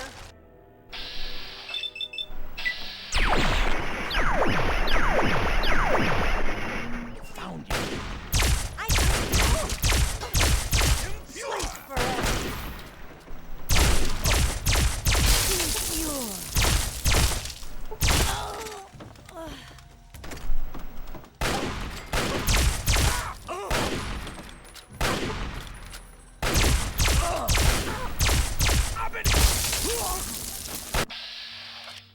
There are many lobotomites in Fallout?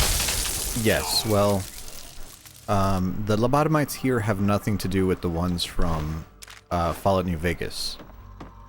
These are more like hillbilly, you know, we'll cut out a piece of your skull and you'll see God type of hillbillies. As opposed to the, you know, science experiment ones.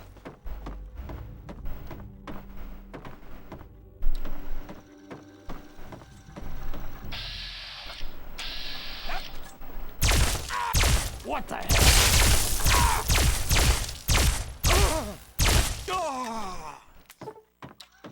Now, if it seems like my gun isn't the most consistent, that's because it's not. It's basically a shotgun, and I'm hoping that the critical damage will carry me through.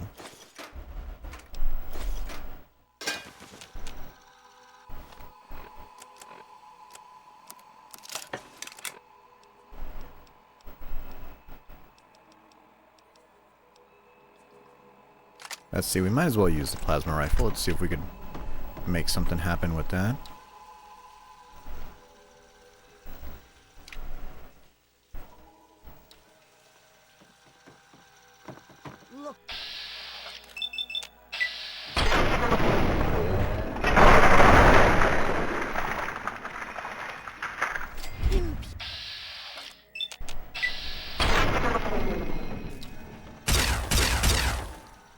Okay, never mind. This gun is strong enough to do it.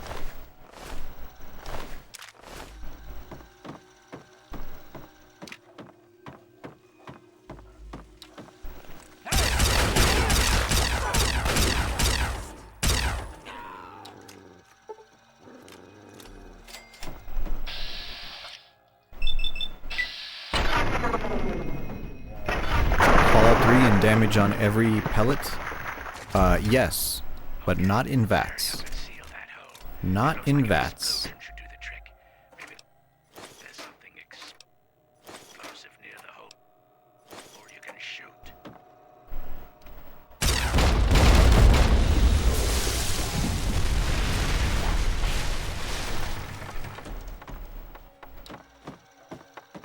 Hey, over here.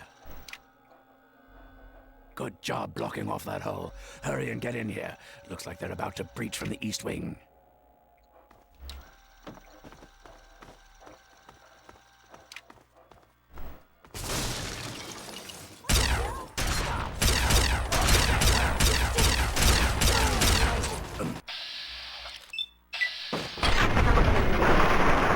Ah, I missed, but she still exploded. That takes care of that.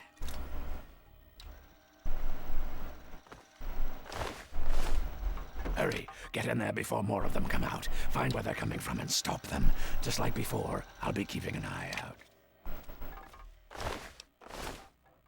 Oh, this is one of the more interesting scripted segments of this game.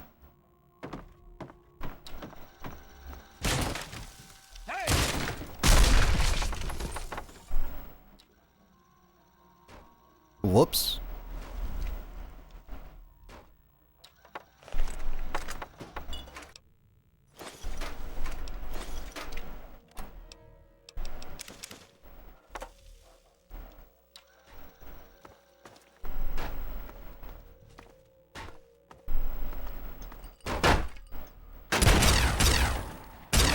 We have here. You will You're gonna dip, take care. Thanks for stopping in, Bronco.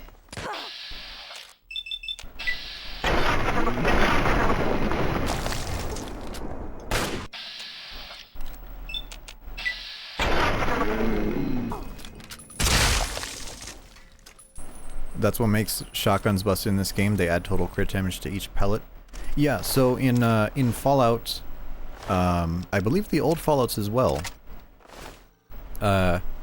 Now you cannot bring your companion into this DLC. Usually companions are not allowed into DLC areas. Faraday, so you'll have weapons that have a critical chance, and then from that critical chance, if they roll the critical damage is applied to the weapon. Now you'll have weapons like I believe the minigun, right? The minigun actually has like the lowest crit chance in the game at like 1%. And then your luck is a modifier to that. But I think if you actually score a critical hit with the minigun, I'm pretty sure it doesn't do any extra damage. I'm pretty sure the critical damage of the minigun is 0. Right? Just because it would be incredibly broken if you just had a critical build with that type of weapon. Now, depending on the weapon, some will have like a pretty sizable amount to make up for it. Usually your knife, knife has like really high critical damage, right? The most high critical damage in the game is the alien blaster. Notably because the alien blaster, I believe, always crits. But I might be wrong there, but I believe it always does critical. So that's why its damage is so much higher than everything else. But yes, especially when you're using a shotgun. And this only goes for outside VATS. When you're in VATS, it works properly. But when you're outside of VATS, every pellet of the gun can roll the critical damage. And it can be applied multiple times. So if you have a, 10 luck plus finesse plus, let's say a 5% crit chance of the base weapon. So, 20% critical chance, 8 pellets, 2 or 3 of them crit. You're getting way more damage than the game expects you to get. So, yeah, it's kind of weird how it works. But that's what makes shotguns so powerful. Now in Fallout New Vegas, they patched it. Fallout New Vegas, they knew, and critical builds are still good, but they do not have the shotgun nonsense that this game had.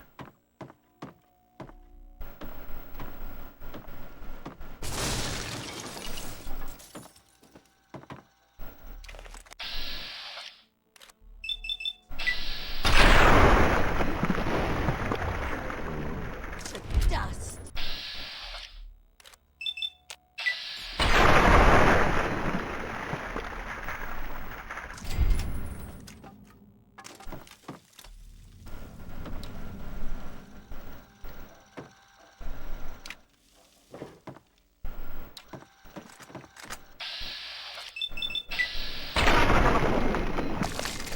You.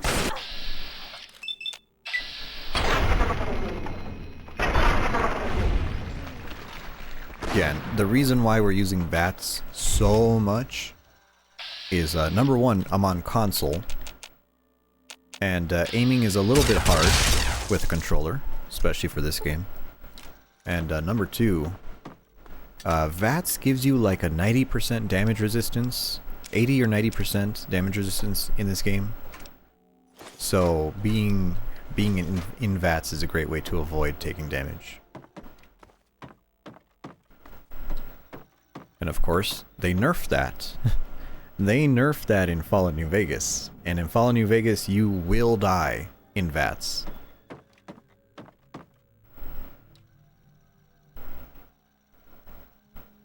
You're not using VATS more often, you're invincible? Yeah. Yeah, basically. Sometimes it's a little bit more prudent to just use your gun normally. And besides, I'm not level 20 yet. In this game, level 20 gives you the ability, or I should say the perk. When you get a kill in VATS, when you come out of VATS, your VATS is refilled.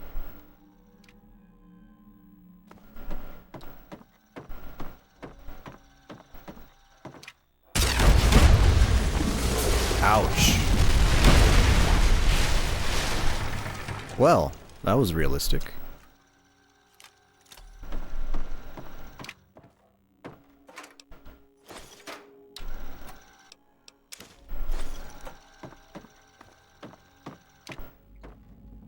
That's one less way for them to get in. Follow me. I think we're about to get hit hard. Yeah, here they come. Grab all the ammo and stim packs you need. This is gonna be a rough one. Okay, now this is kind of a defense area. Let's try to use this tri-beam laser rifle. If you have any mines, now's the time to use them. They could come in through any of the boarded up doors that... Do I have landmines? No. Any second. No, and I don't care to use them.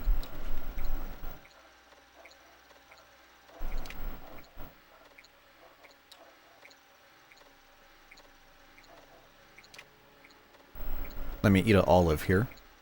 Okay, any second now. Get ready. I like olives. They're pretty good with beer. Here they come. Second floor on the right.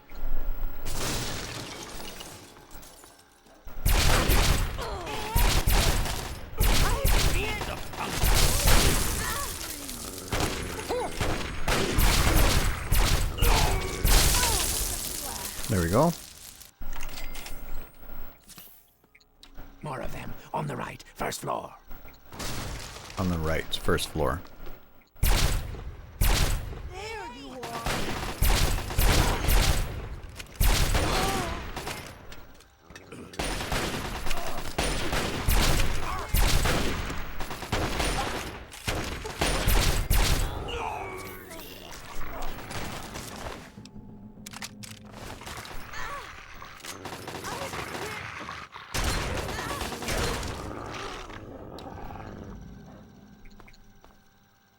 The door on the left, first floor. There you are.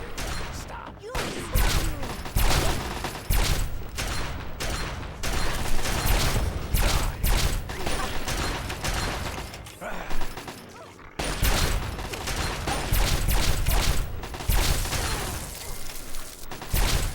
So if you ever see them die to, and they turn into ashes, Get ready. the ashes signify that the hit that killed him was a critical. Hey.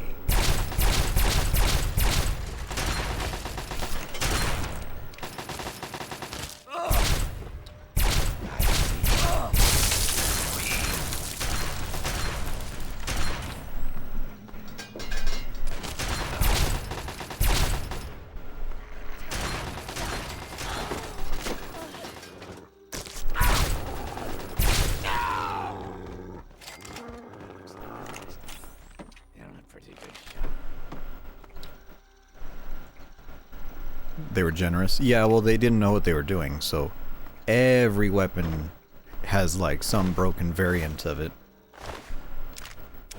Probably the most broken energy weapon in the game is, at least for critical builds, the one from the pit, I believe, called the Metal Blaster, which was a unique laser rifle, and that was a laser rifle that did shotgun style. And that thing was ridiculous. Alright, Desmond, I helped protect your house. What do you got to say to me? So, my hero. Think you came in and rescued me right in the nick of time? Not hardly. Had it all well in hand, and I didn't even need to use the failsafe. But that would have done a real number on some of the paintings, so just as well you were here. This guy's a prick? Anyway, Yeah. name's Desmond. Yeah, of course. Kill him? No. No, despite him being an asshole, I'm pretty sure he's still essential. And then number two, the guy who's this guy's trying to find is somehow even more of an asshole. Which is wild. No, but you helped me out, and that's something. Can't let you think I'm not a gracious host, can I? So, tell you what I'll do. I'll share a few tips for the next time you're making a dramatic final stand. So there we go. Superior Defender perk. You do more damage and have better defense when standing still. Not a fucking clue. It'd be easy to chalk it up to their crazy religion, but if I'm right, and I always am, there's something else going on. That's the third attack. Yeah, finally the minigun can create. Yeah, well. Oh, I left the Gatling laser at home. Shit. I intend to set them straight.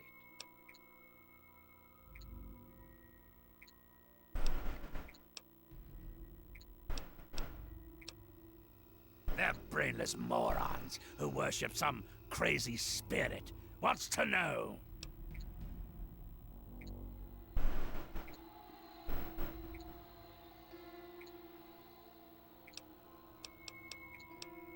Now hold on there. Not so fucking fast. You can be useful to me. I need someone willing to get their hands dirty. So here's the deal. I help you get in with those tribals, you help me get what I want, and I'll make you fucking rich. Just try not to sprain a lobe while you're thinking about it. My time is short. Okay, buddy. Okay. Oh, level up. The local flavor. You need to learn to pay attention when I speak. Those mud lovers want me dead, and haven't extended the common fucking courtesy of telling me why. So, I need you to find a way into their commune and figure out what's going through their addled little heads.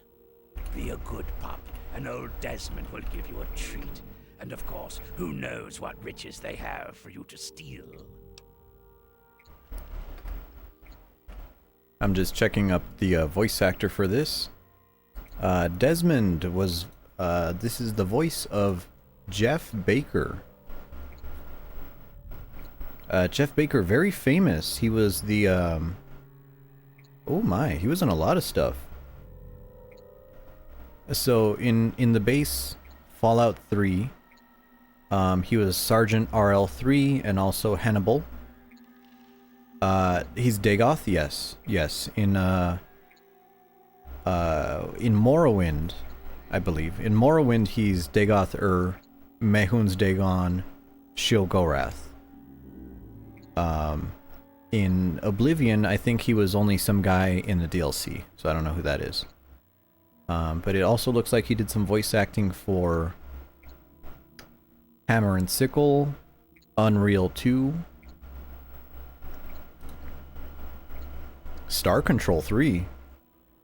Cool.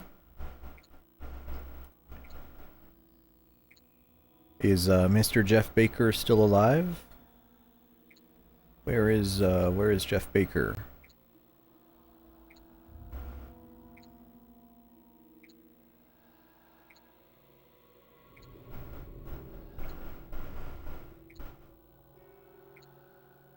I believe he's still alive.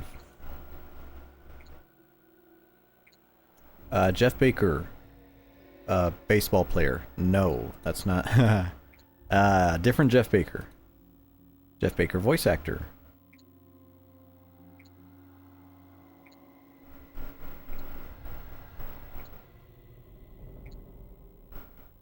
Oh yeah, he was in Fallout 3. He is the Geob guy. Yeah. I don't think I've ever met that character. Interesting. Well, cool. He's a very handsome man. Very, very all white hair. It looks like he'd be a grandpa in a daytime soap opera.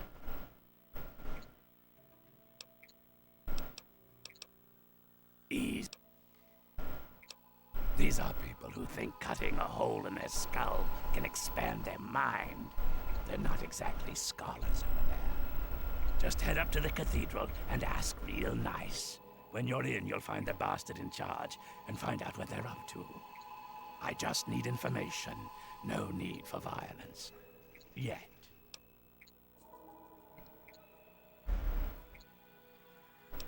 Okay, we have our marching orders. And there's our level. So I think we're gonna pump medicine here. Because I need to make these heals go as far as I can. Maybe we even take fast metabolism for 20% more healing.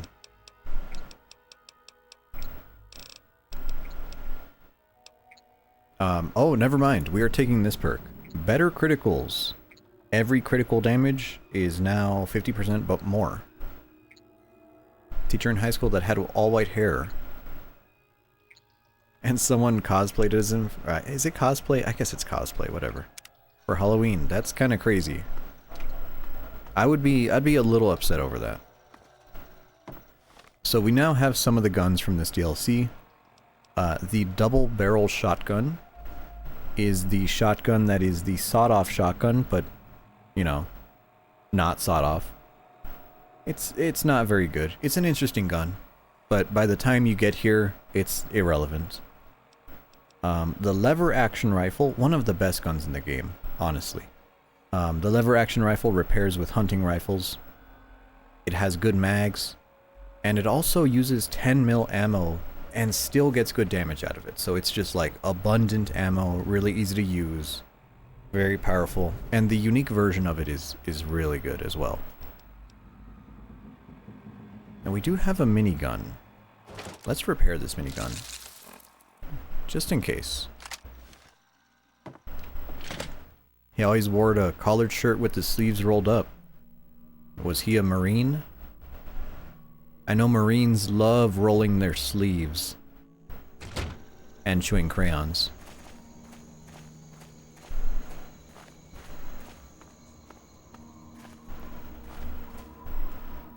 He dressed like a poker dealer? So he dressed like a sleazeball. I see.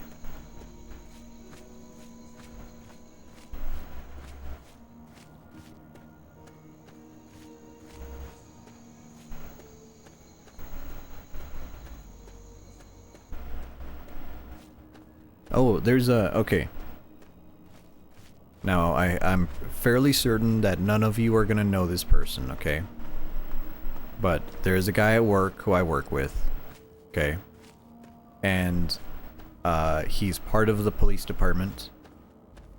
And he calls himself by his last name. And when you hear his last name, it's a very cop. It's a very police last name. And you're like, oh, okay. All right. Makes sense, right? A police officer with a police name? Yeah, okay, that makes sense. Well, I was doing some paperwork, and I happened to read his full name, and I understand why he goes by his last name, which, yikes. His first name is Flory.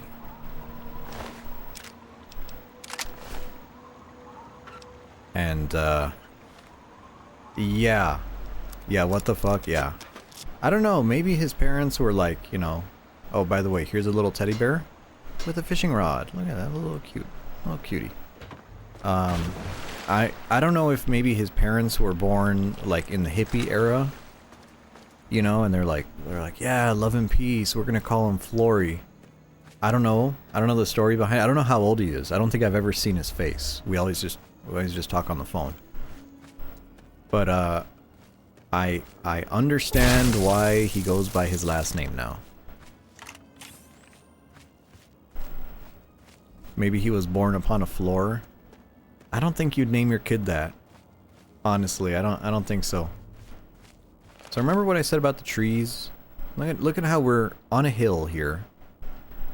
And the trees make this wonderful, like, canopy. Oh, good. Not bad for a PS3 era game. And this is at, you know, this is at the minimum resolution.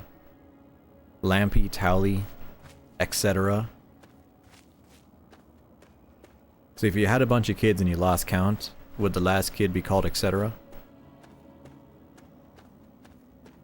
Sorry, I tried to be funny there.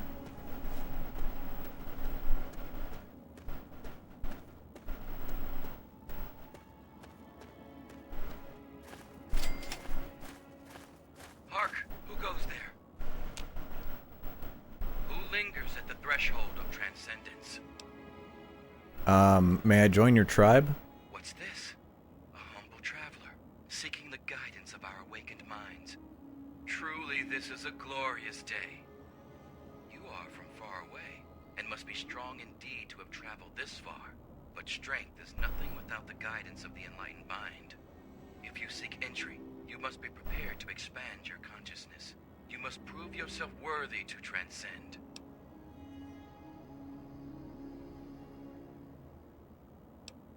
Your caution is a credit to your wisdom.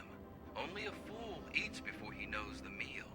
You are worthy to attempt the ritual of the mother seed. They're gonna make me drink, No. Well, you're not far off. You're not far off. Remember what I said about everyone being lobotomized? Okay, but you're on the right track. You're on the right track. Okay, now we have to collect the seeds from the giant punga. And of course, it is clear on the other side of the map. Now, you could just walk over there, but we're going to take the slightly shorter route. We're going to walk from the Pilgrim's Landing.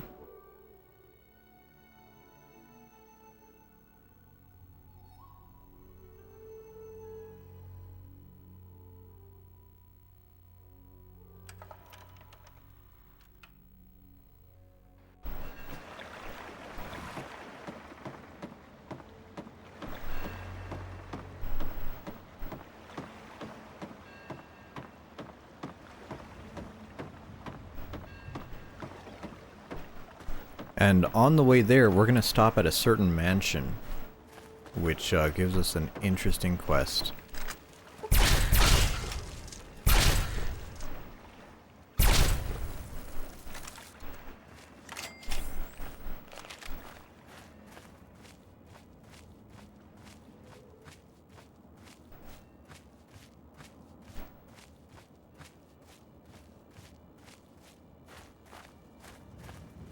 Oh, and just a visual note for Fallout. If you ever see birds circling something, that's usually a point of interest or a discoverable location. So here's some tents here. It means the location.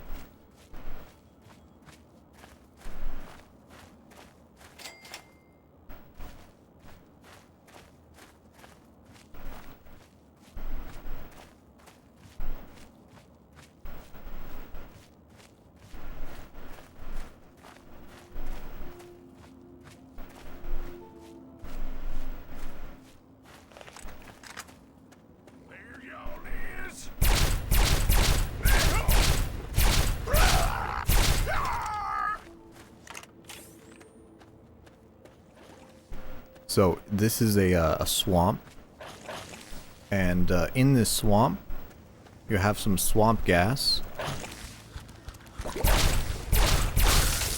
and the swamp gas is really funny because it's flammable. So if you shoot it, there you go, it explodes, which is funny. And there's actually a quest line. There's actually a quest line over why that is happening. There is a boat in this map, and there's a quest to discover notes from 3 different locations. Because an oil and natural gas company wanted to exploit this area. And they found out the reason why there's so much natural gas here is because this was the location of a mass grave from the Civil War.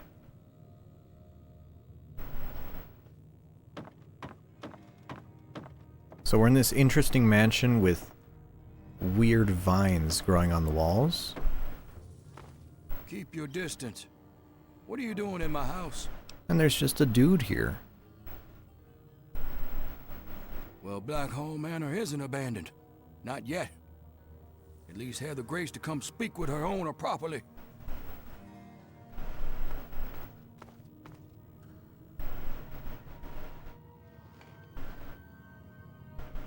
Good, good.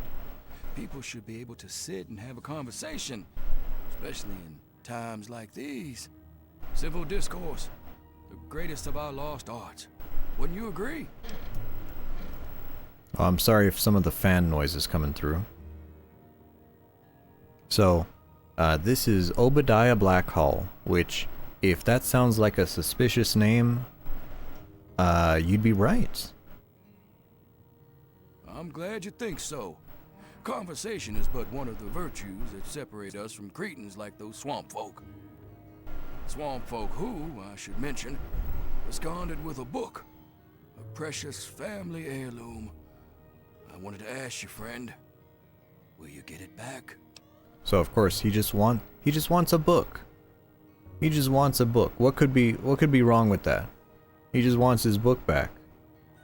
Good. The fools who stole it believe it has powers, so the thing is probably well guarded.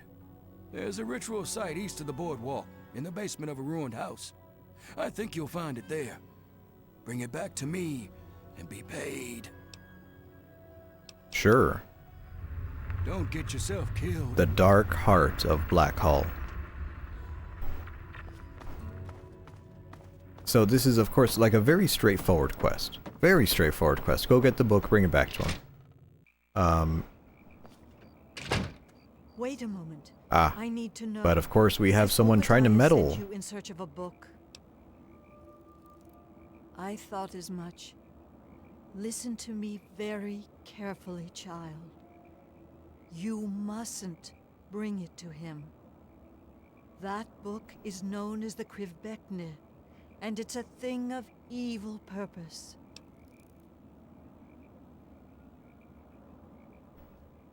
The Krivbekne? What are you talking about? Yes, the Krivbekne. The Blackhall family has a long, evil history with the book. It was lost to them long ago, but it's found a way back to Point Lookout, and Obadiah seeks to reclaim it. Obadiah's no better than the heathens he's asked you to steal it from. He believes he can use it to control them, and God knows what else. There's a way to destroy that damned thing. I intend to do just that. If I recover the book, I might consider bringing it to I you. ask no more. You can find me at my tent on the beach, south of Blackhall. God bless your path, child.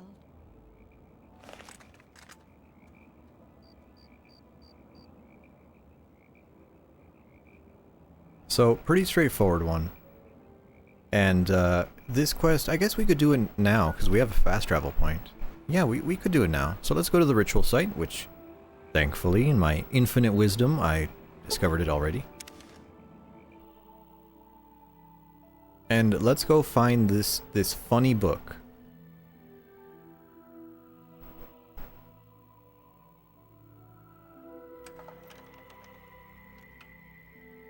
United States to annex Canada.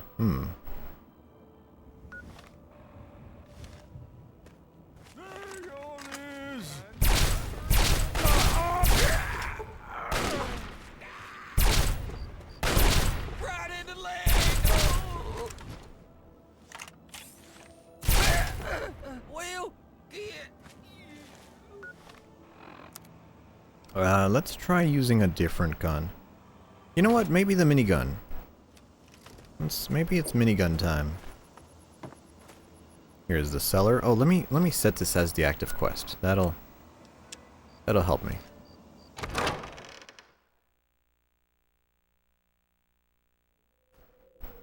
Yeah, it's basically the Necronomicon. Yeah. And we see a bunch of creepy dolls, voodoo symbols, or whatever. In some place that is very obviously not a basement.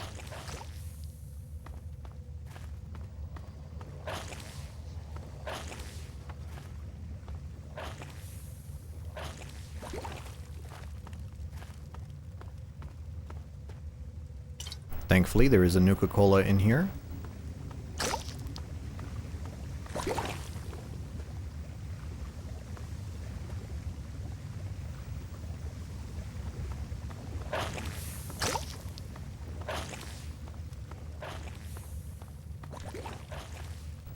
Oh, and so that quest line to harvest the swamp gas, for completing that quest line, you actually get a limited amount of gas grenades, which are grenades that spawn a cloud of ignitable gas.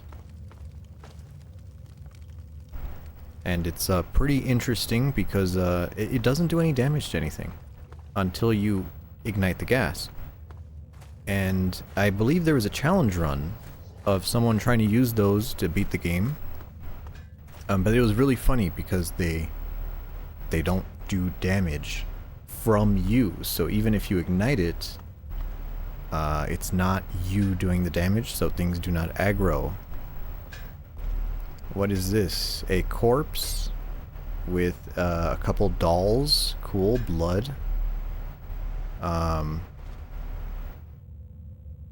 A bloody chalice with the book. The large tome is set into the lectern, must be the Crimective. It is damp with fresh blood. Yeah, that's... Thank you. Ooh, can I drink from this?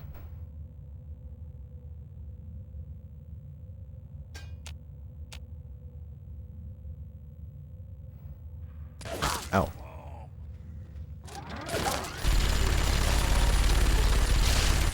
Oh, that works pretty well.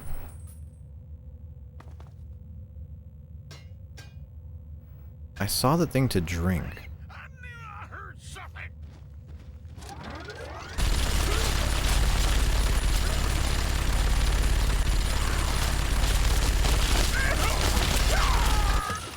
Tanky boy.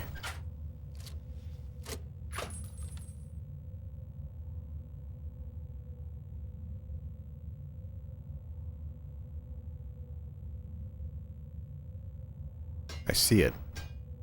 I see it. Come on. Come on.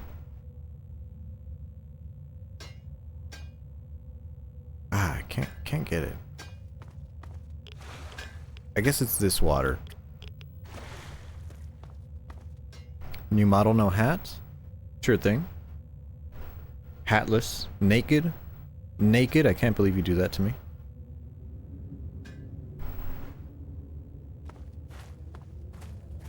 I don't even recognize you. You know, Obo was here the other day. And, when I talked to him, he was actually like, "Where is your hat?"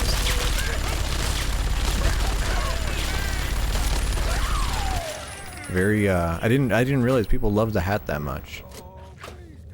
Oh, Hempy, did you see the art that Rin and Petal doodled on stream during an art practice stream of me? Yes. Well, yeah. You did? Did you see? I mean, I know I retweeted the one that Rin did. Did you see the second one? The one that Petal did? With the bucket?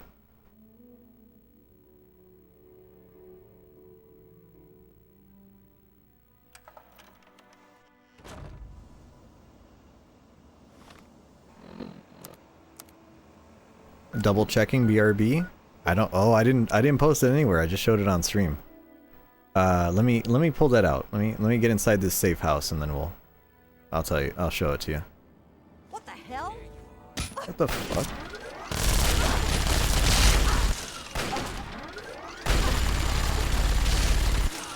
Show? Yeah, of course. Of course. I think it's on this screen.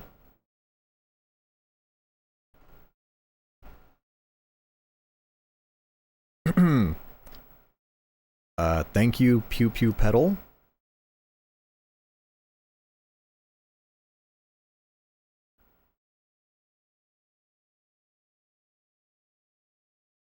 Going for the Jaws reference there.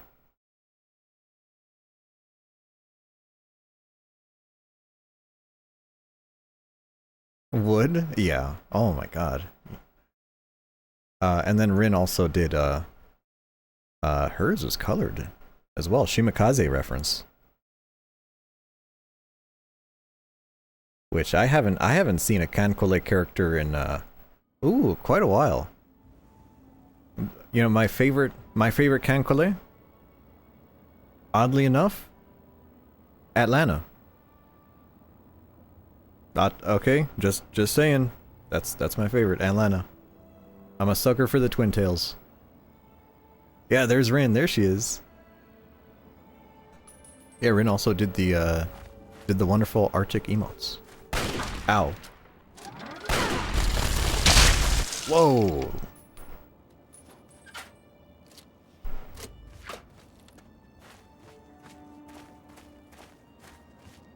Oh, you remembered from the test? Very good. Atlanta's beautiful, you love unicorn. Is it, okay, is it strange that I've never played Kantai Collection and I only know them from other places?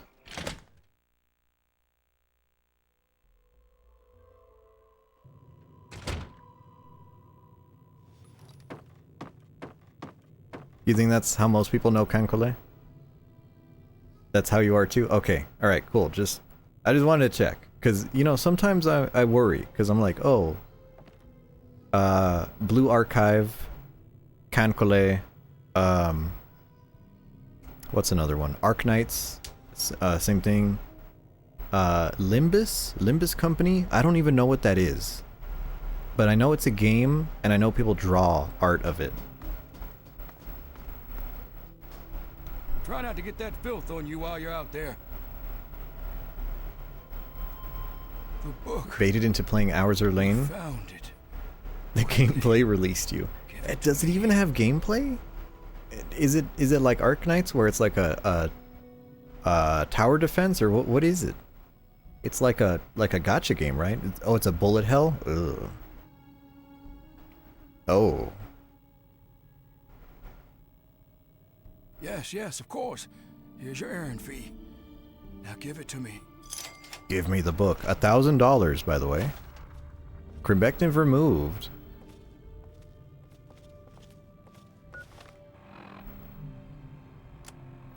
And we've completed that quest.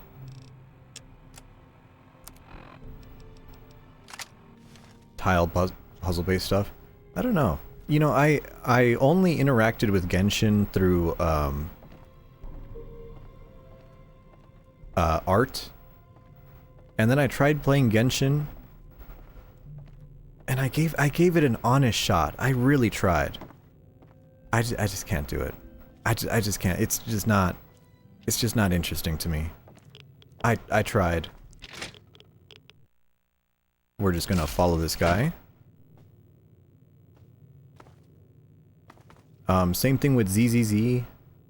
And the other one, what was it, Honkai something?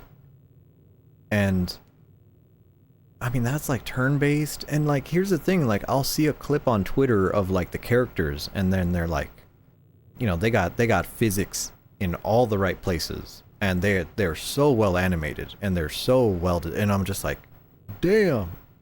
And I'm like, you know, I really want to play this. And then I play the game, and I'm just like, this is the game? This is the game? Are you serious? And I even got disappointed by Stellar Blade. Stellar Blade, you know, the game with the butt, where the lady's wearing the like spandex, the green spandex. And I tried playing that game, and I was just like, did all the budget just go to her butt jiggling? Cause the combat sucks, and the voice acting sucks, and I'm like, dude, this is, you know, like, I'm not asking for the world here. I'm just like, make it like a generic Devil May Cry ripoff or something. But, you know, yikes. Oh, look at this guy. He's praying to an altar with a headless corpse. Hey, I got a solution. Oh, wow. Look at that, he's twitching too. That's disgusting. I'll take that book.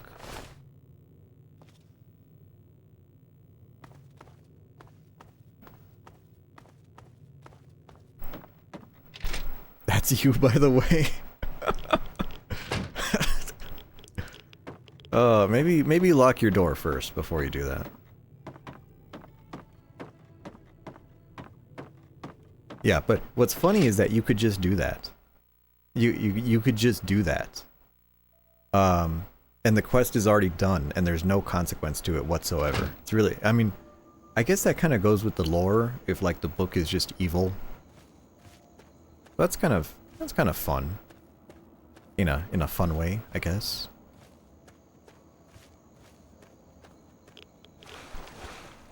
The swamps.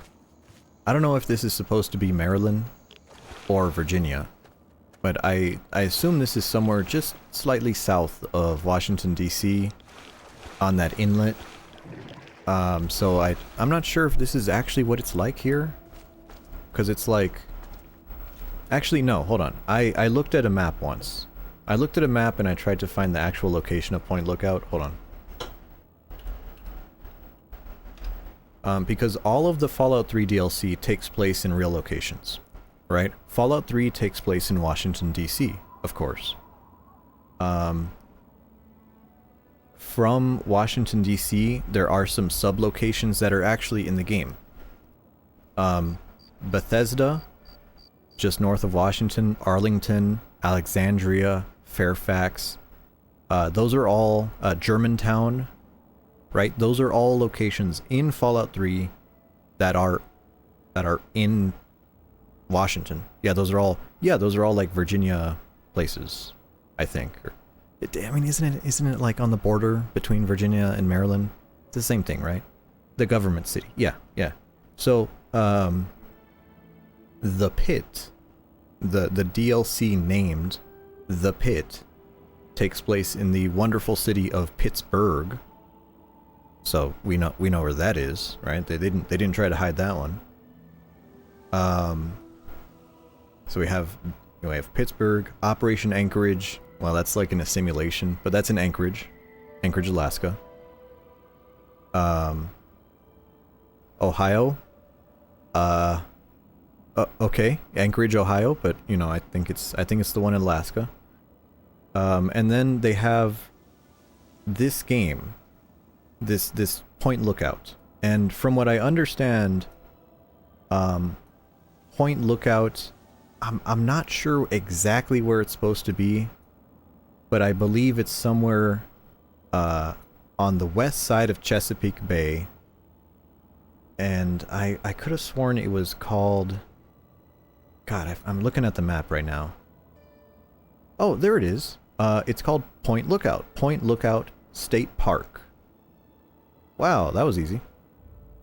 And that is just... that is just south... That is where the Potomac River ends into Chesapeake Bay. And that's supposed to be the inspiration of this place. I don't know if it's actually a swamp though. I've never been there.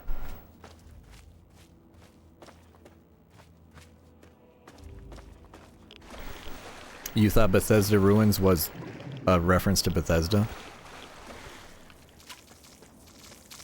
I mean, it kind of makes sense, right?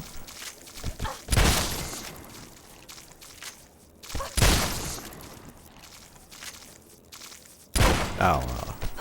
Controller aim. There we go.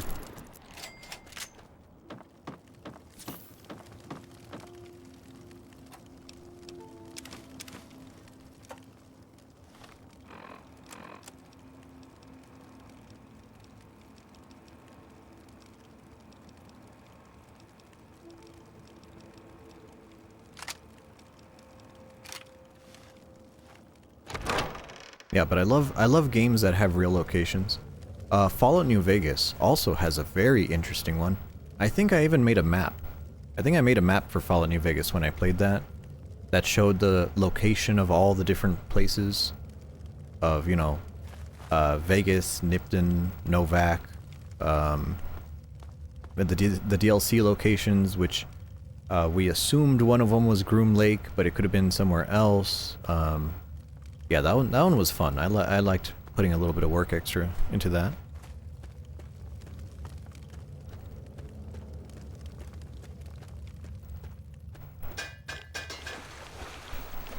Cool that they included so much location-based stuff, yeah. Well, I'm kind of curious as to Fallout 4, which I couldn't beat Fallout 4. I'm sorry to the Fallout 4 enjoyers. I'm never gonna play that game again. Maybe as a punishment or something. But Fallout 4 takes place in Boston.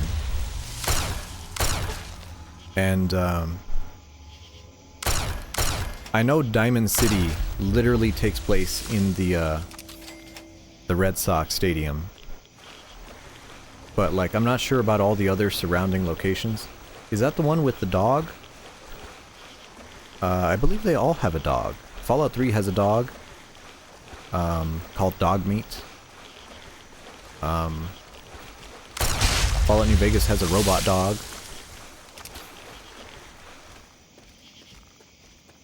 Fallout 4 also has a dog. They all have dogs. Very, very dog core.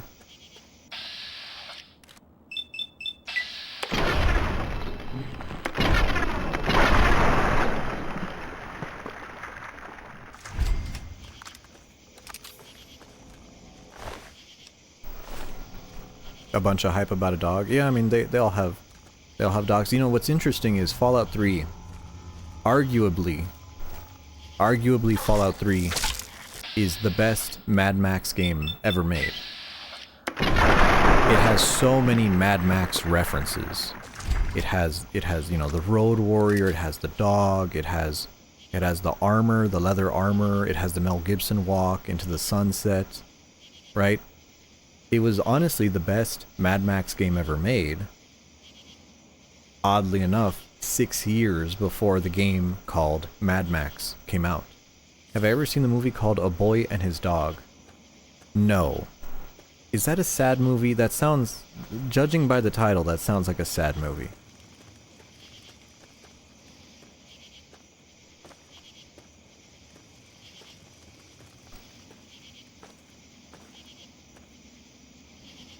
It's a post-apocalyptic movie. Hmm.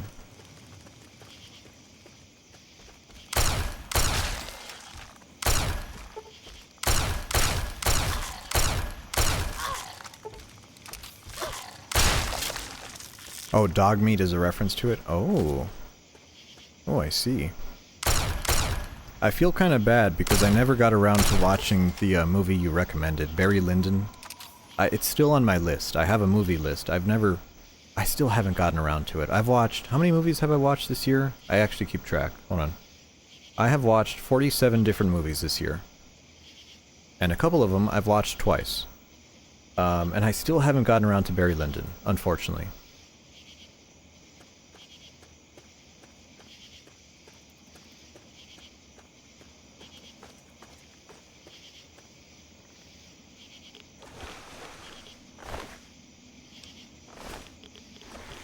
I won't watch that movie because it's actually good. No, that's not it. That's not it.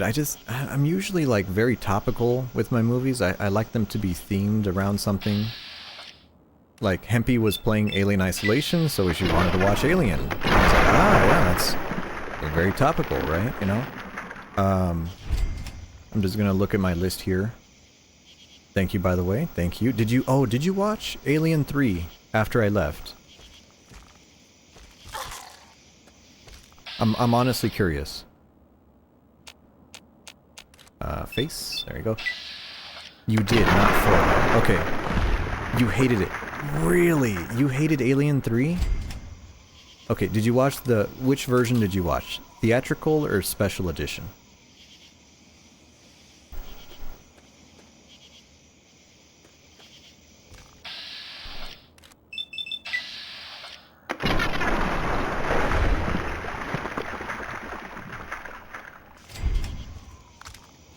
Or if you don't know the answer to that, it was special edition. Okay, so the alien came from the cow.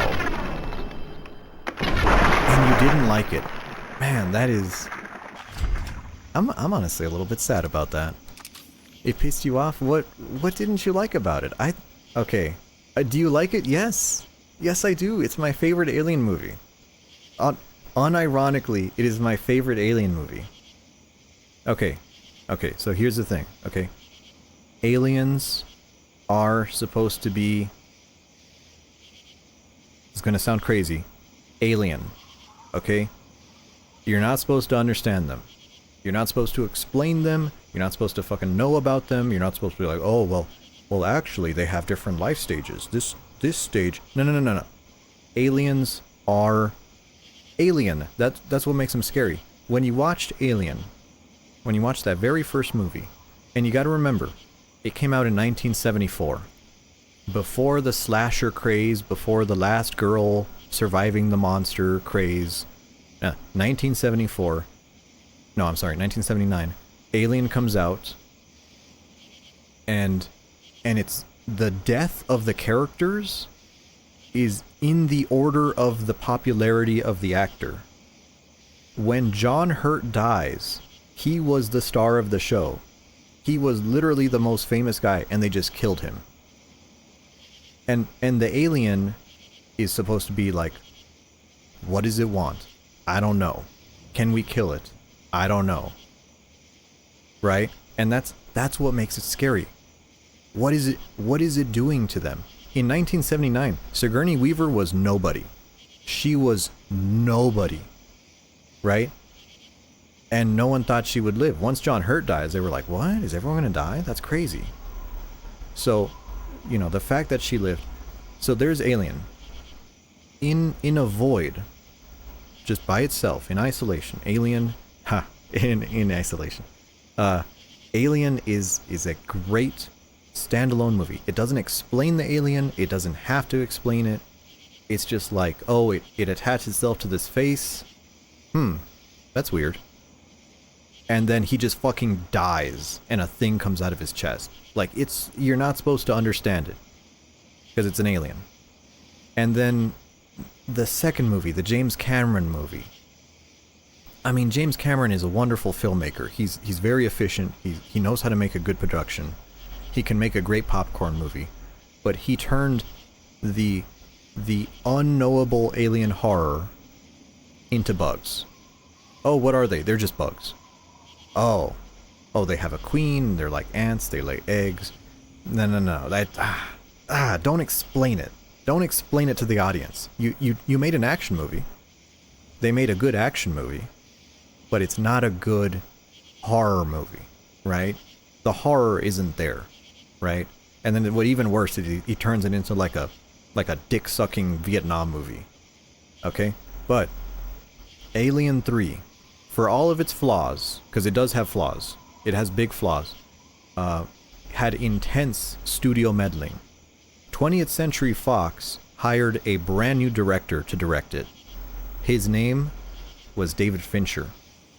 Now, David Fincher would later on make Seven, one of the best horror movies ever. Great movie. He made The Social Network. He's an inspired filmmaker. He made Zodiac, I think, right? You love Seven. Seven is just, I mean, like fucking the aesthetic of Seven. Everything about Seven is amazing, right? You know, seeing Morgan Freeman in, oh my god, right? Brad Pitt, young Brad Pitt. It was an amazing movie. So he's an amazing filmmaker. David Fincher is an amazing filmmaker, but he was brand new to the game. He had the studio pushing on him, putting pressure on him, right? And he made decisions, okay? Because he still wanted to make his own movie. And I love how ugly it is. I love how, and the characters are so fucking good in Alien 3.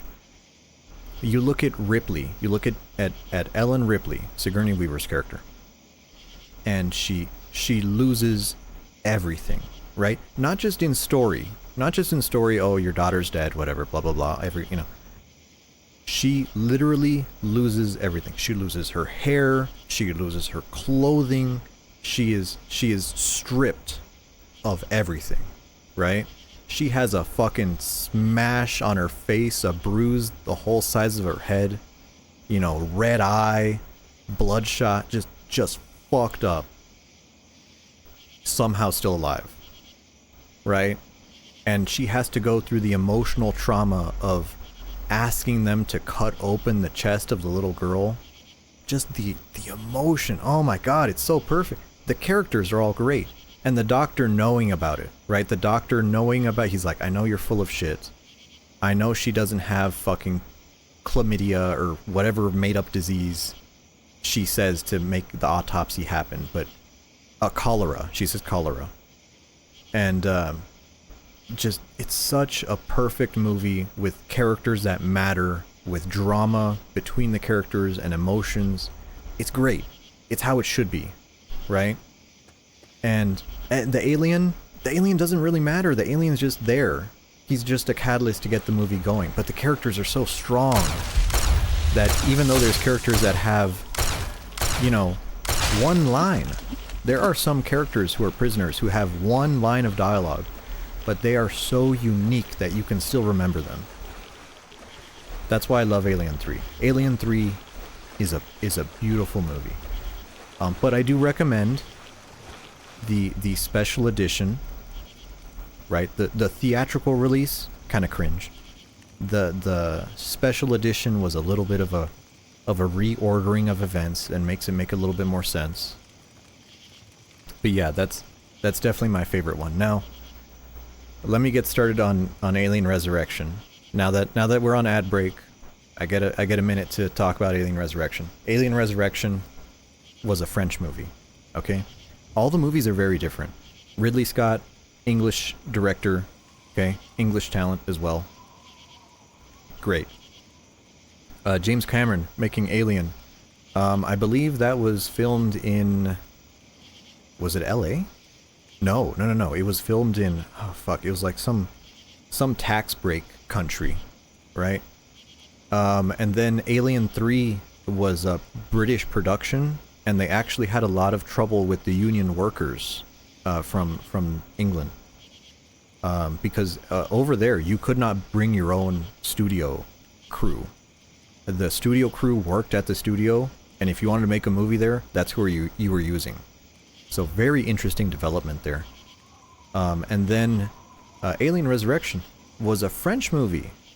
I am blanking on the director's name. But the director who made that 90s movie, Amélie, or was it 2000? That famous French movie, Amélie, that was the director of Alien Resurrection. And it's really funny because he has a lot of the same actors who were in Amélie that he loves working with. He brought them into Alien Resurrection, you know? And Alien Resurrection is... It's a comedy movie. I love how the every Alien movie is different, right? You have Alien horror. Aliens, it's a good action movie, I'll give it that. Alien 3, character drama. Alien Resurrection, comedy. Oh, the comedy of it is just, it's so funny. It's so funny. And it knows it's like, hey, we're the 4th movie in this fucking franchise. You know, we don't know how to bring her back. Fucking resurrect her, and they just have fun with it. And they have so many good characters that I love. The Ron Perlman is in that movie. I love him. Sigourney Weaver, to bring her back, they were just like, we'll do whatever you want. And then I gotta give props for Sigourney Weaver to depict herself half deformed as one of the failed clones. Props to depict herself like that. Yeah, I love the Alien movies because they're so easy to get into as an amateur, like, film nerd. Okay, so here's the giant punga seed. Let me pick these pods. Oh, the fart gas. Oh, it's the fart gas from The Suffering.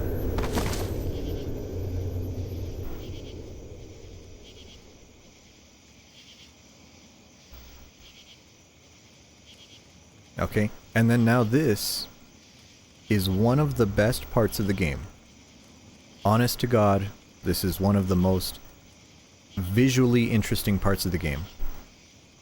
So you might not see it here because we're at such a low resolution, but there's a slight motion blur when I move. Kind of hard to see.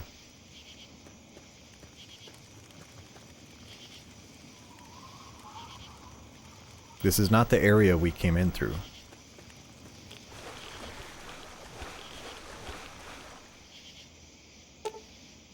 Walked into another trap. How stupid are you?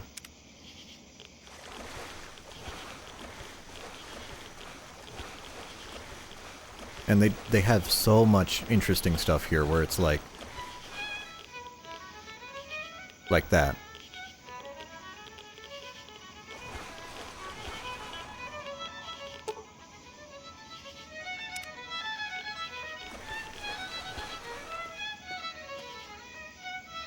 Do you see the trees?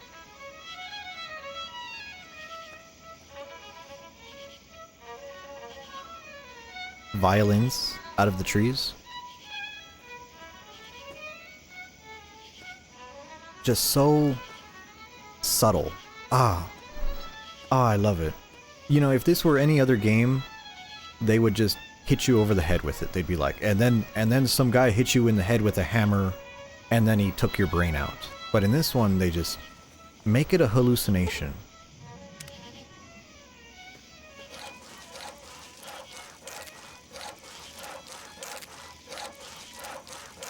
Imagining a giant bone saw? Interesting.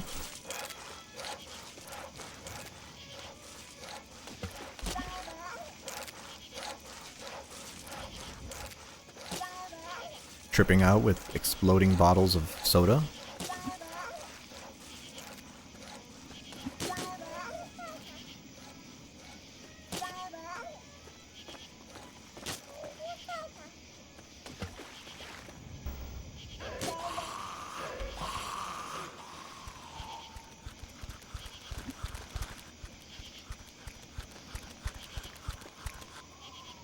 Invisible enemies that you can hear but you can't see.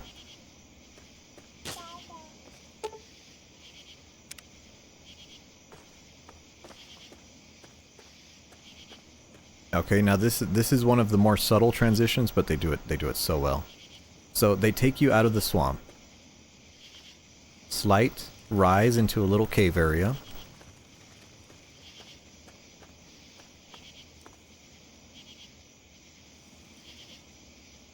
Huh.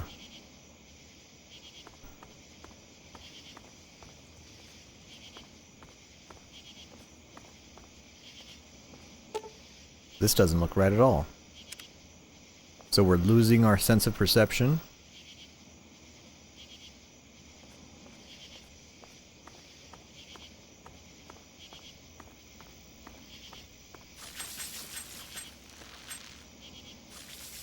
Imagining a giant needle.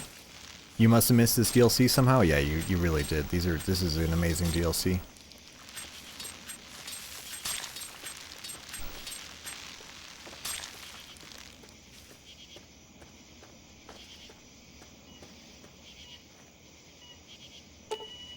If my kid looked like that, I'd abandon it too.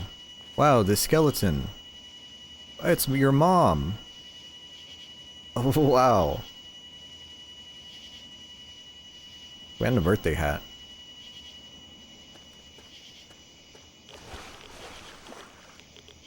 Bed Settler. Amada. Elder Lions. Moira Brown.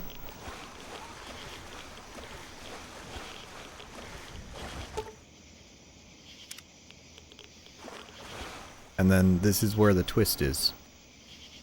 Congratulations, my dear. You're going to pull through, and everything will be right as rain. No, don't try and get up. You'll only hurt yourself.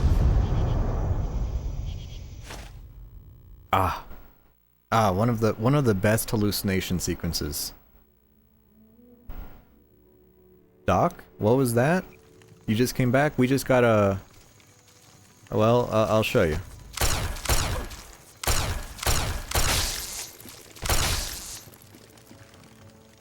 Respawns these stupid enemies.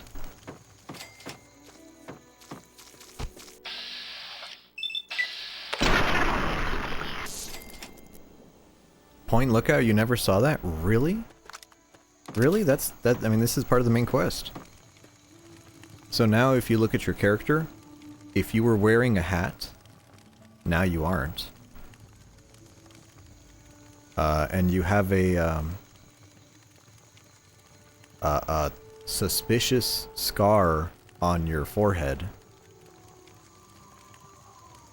Damn, that's bigger than I remember it being.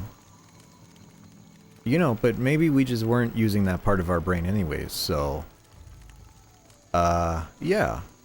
Yeah, no issues there. Can I put on my helmet?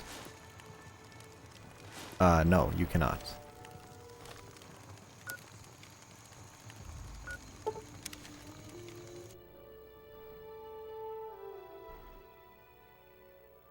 Yeah, you and Doc had the lobotomy. True. True, I just cut that out, I cut that part out of you. That's why you're a Twitch viewer.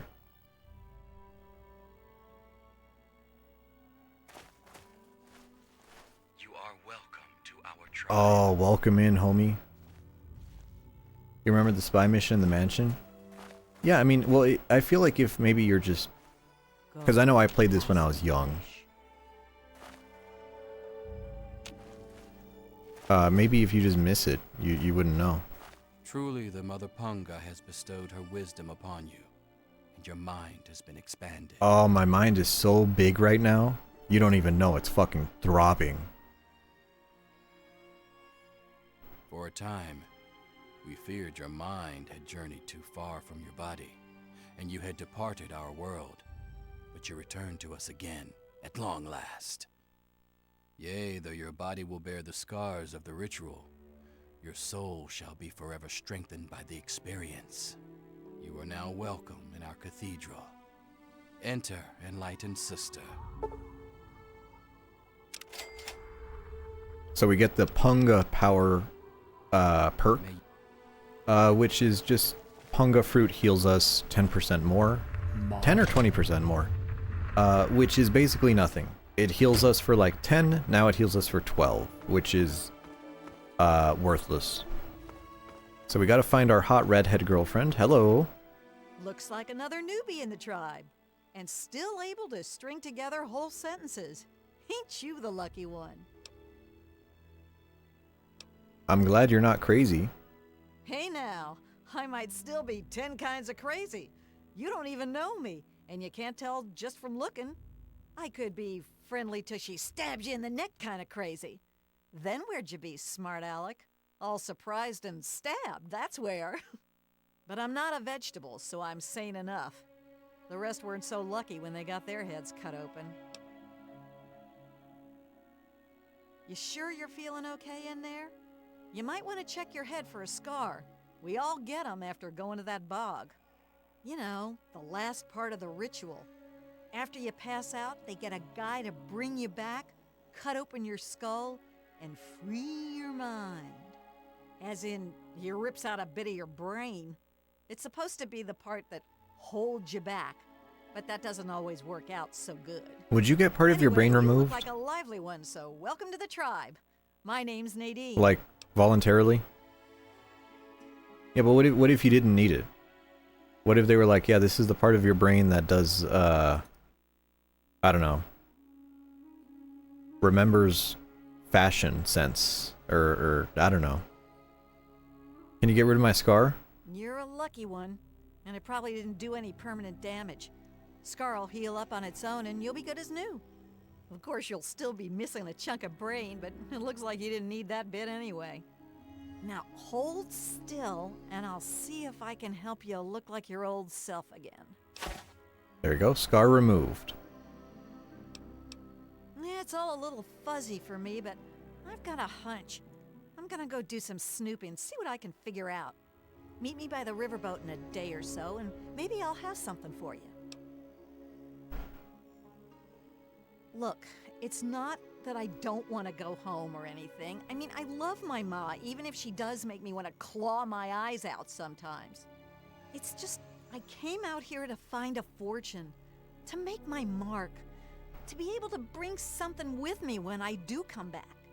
If you see my mom again, let her know I'll be coming back eventually, just not quite yet. I guess you mean Jackson. He speaks the word of enlightenment at us, but he ain't fit to lead a song, much less this bunch of morons. I've been meaning to talk to him about this place, but he's off doing his meditation thing. Off at his magical thinking cave, I guess. We're not allowed to know where it is. He says we're not enlightened enough to understand. I swear that sort of stuff pisses me off so much. I thought joining would be all drugs and magic, but it's just the same crap as everywhere else. Damn, she just wants to do Guess drugs. that's why I What a girl. trailed Jackson to his stupid mystery cave. And then she had part of her brain cut out. Oh, that's a shame. Doesn't sound like you're having I've fun. only been here a week or so, but I'm about ready to ditch this bunch of dummies. I already stole all the punga I could ever need. Hey, if you still want to know where Jackson's hiding, I can help you out. No reason for me to give a damn about this place, you know? His cave's under the cathedral, but it's hard to find. Use this key to get in through a wrecked ship down at the sea cliffs to the east. Yeah, enough gabbing. Let's move. Okay, now we can put on our helmet again.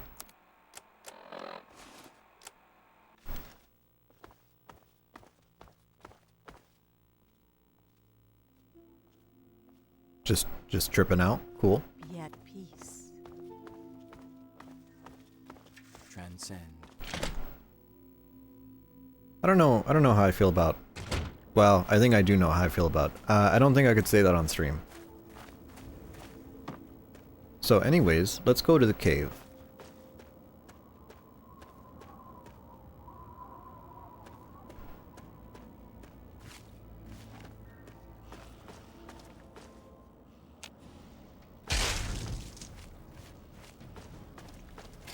Alright, we're high enough level to find feral ghoul reavers now, which are terrible.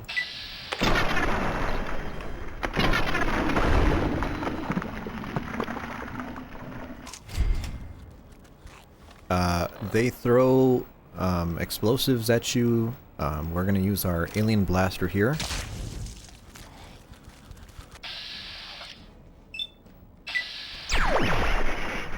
Oh, that's a lot of health.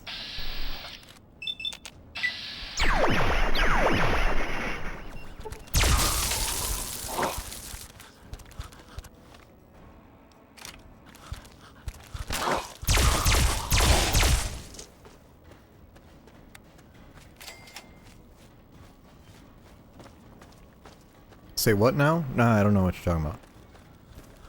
Oh, that's not good. Oh wait, these are those aren't the dangerous ones.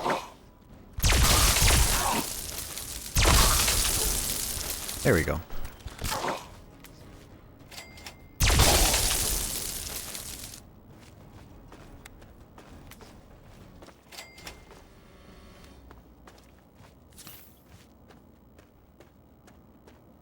So we gotta come down these cliffs here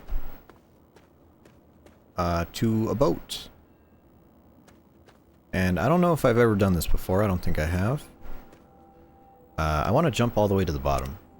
I'm pretty sure there's water at the bottom, so we shouldn't we shouldn't die. We'll see if we do.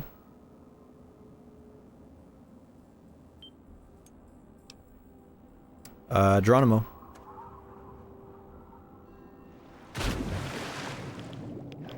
There we go.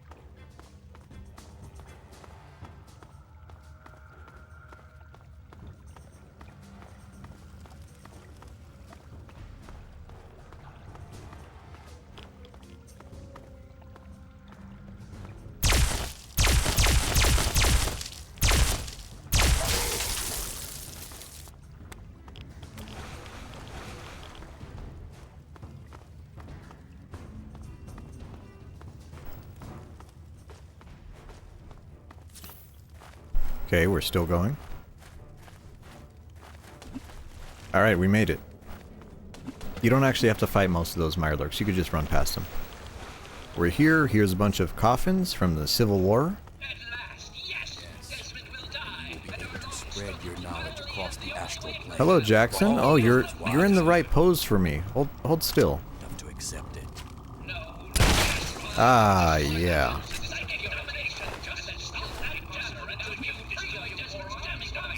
And we glitched out the guy here. Hello, Brain. You certainly made quite an entrance. It's a shame about what's his name, but frankly, he would have gotten himself killed eventually.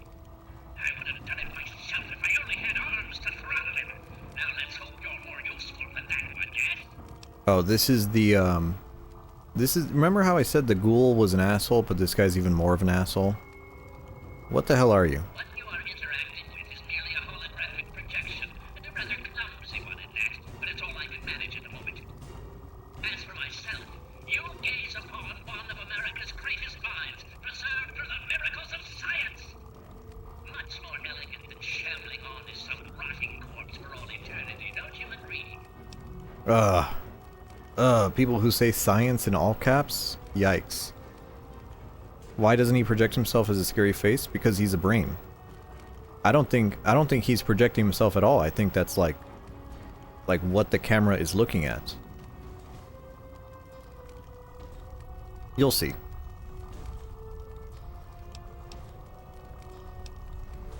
At the moment, they've been no use at all, but I have very few options. They can't even seem to remove a single ghoul from a house.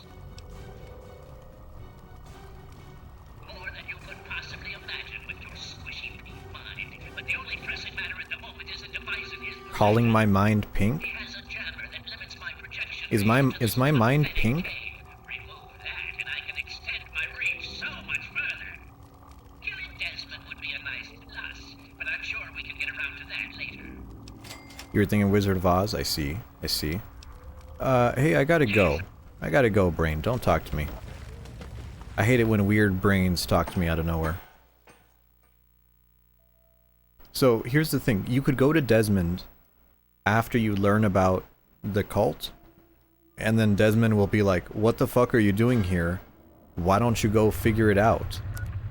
Or you could just go figure it out and then talk to Desmond afterwards. It's kind of funny. Kind of funny that they give him that dialogue there.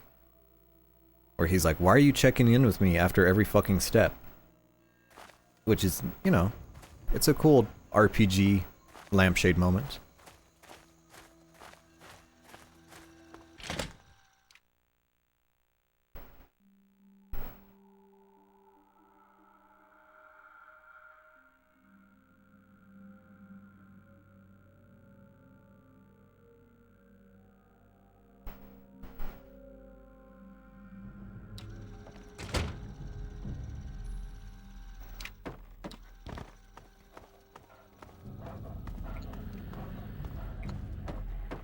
I knew it.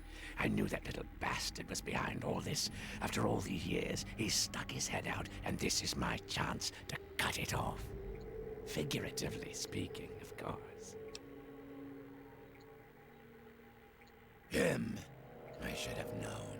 My old rival, so close to his family home. Only he would be so stupid. He was once a man, Professor Calvert. The Calverts owned half of Maryland back when there was Maryland. to own. Members of the I don't Calvert agree with him family were saying influential Maryland. all over the world. They practically owned a deed to the U.S. government. In their best days, there were no less than 3 Calvert family senators, 7 members of the House, and How do you 2 say it? governors. Maryland. They even had a top candidate for president, until that scandal with the dog forced them to drop out of the race. I was particularly proud of that one.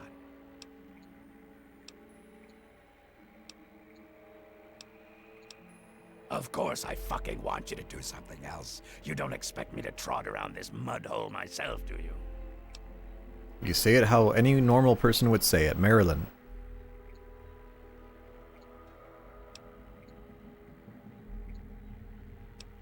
Nothing but the best for people who stay in my good graces. Now, you ready to stop whining and listen? So, those half-wits are getting messages from the professor, right? So he's off somewhere, broadcasting to him. But without those buggers to do things for him, he can't do much for himself. So, we cut off his ability to talk to him, and he'll need to try harder. Maybe then I can find this squishy little worm and finish him off for good.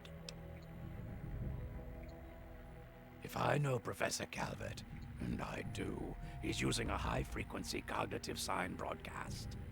I have the perfect device to jam up his Flip, how do you say All Maryland? you need to do is take it to the highest point on the shore and install it. Easy, right? I know you're an East Coaster, so you might have a very strong opinion on that. Right. Attach it to the bottom car, then turn it on and spin the jammer to the top. Same as you? Okay. No fucking Cool. problem. Thank I'll God. watch from here and turn it on. Then we'll see where our little professor is. Now go.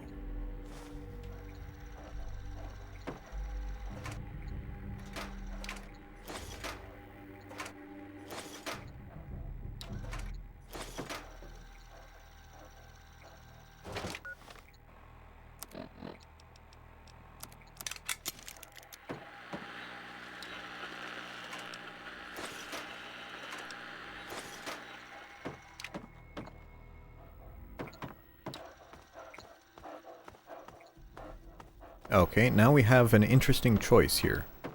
At this point in the game, we can decide to either go with Desmond or with the brain.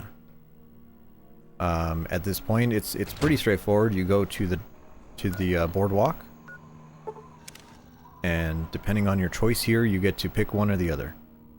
It doesn't really matter, but I don't like the brain, so we're gonna kill the brain.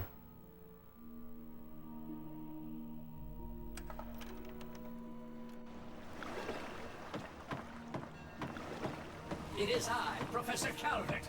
Don't bother looking. But aren't you Desmond's faithful employee? Oh, and he's talking to us in our brain, but for some reason the subtitles aren't working, so he's saying just throw the device in the trash. And we will never have to worry about it again. I assure you that the gratitude of Professor Calvert I assure you that the fucking nerd. Come on. You're gonna get what's coming to you, buddy.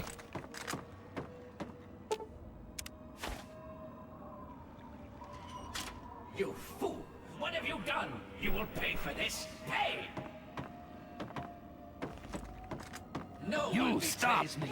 You understand? You will suffer for this.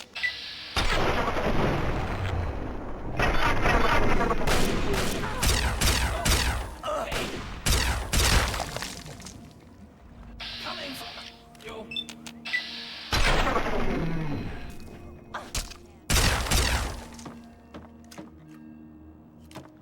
Running a little low on ammo. Wow, that guy just jumped off the building.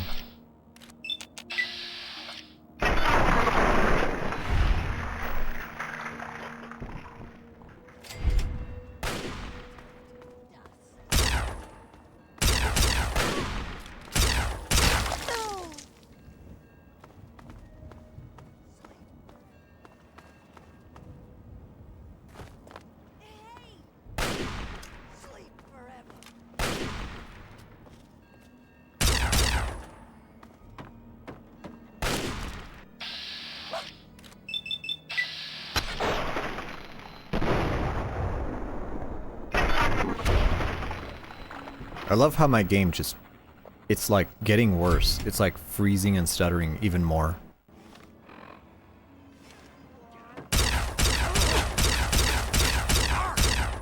Wow, what is this guy made of? Holy shit.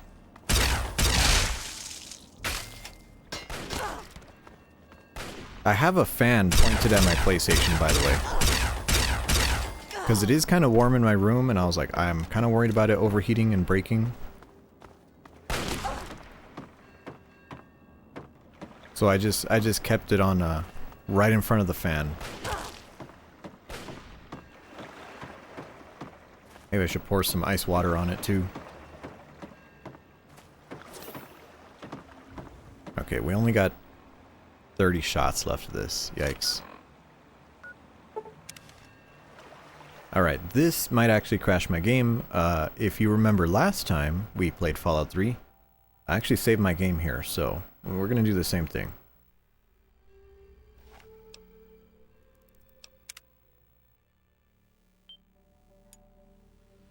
Saving.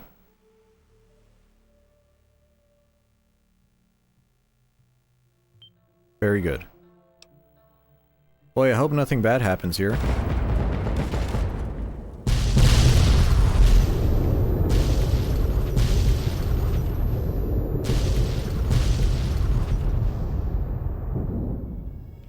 Yeah.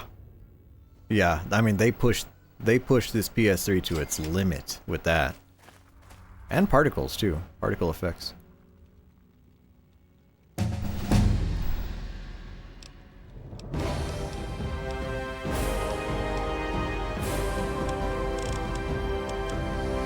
We'll do 90 medicine and let's start getting some explosives. Those will be a little bit useful later.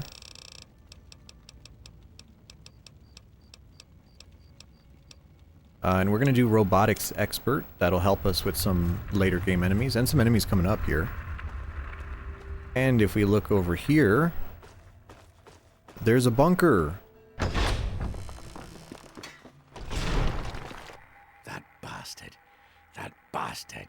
He killed my pups. Nearly killed me. For what?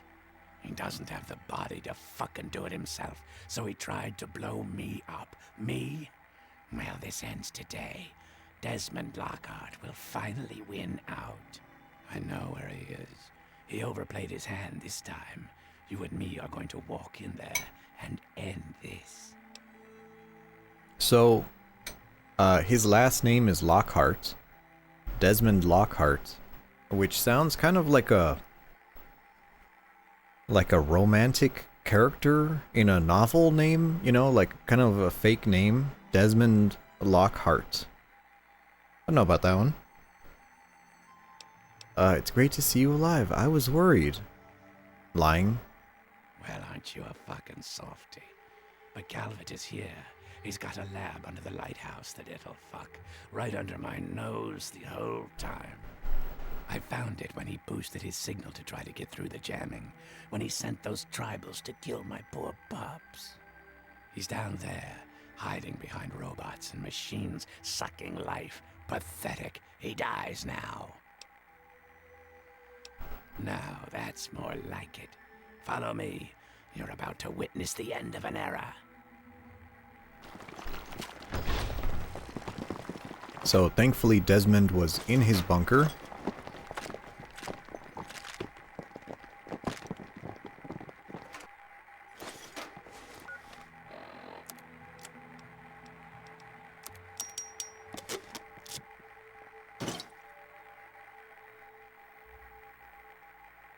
But not his dogs. So his dogs are dead.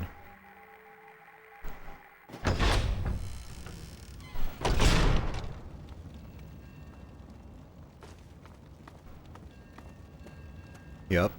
And now, interestingly enough, even though he was in the mansion, the brain was in the lighthouse the entire time. Which is funny and also fitting. It's pretty nice. Pretty good.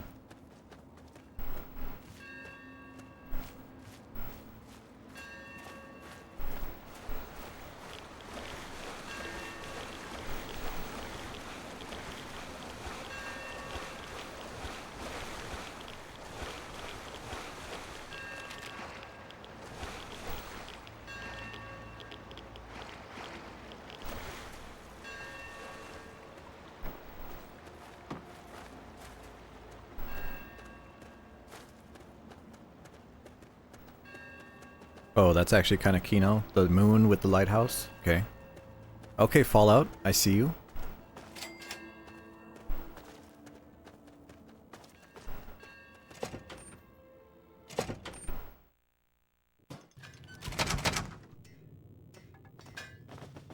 And there just happens to be a secret bunker underneath the lighthouse.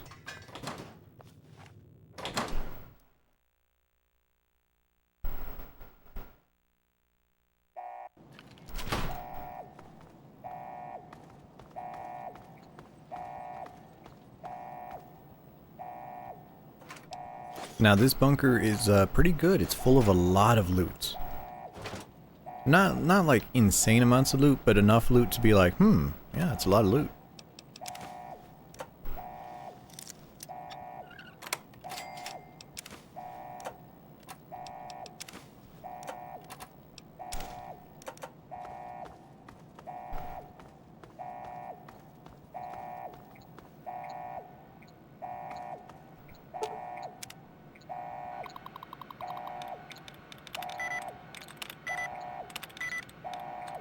Wordle? I don't play Wordle.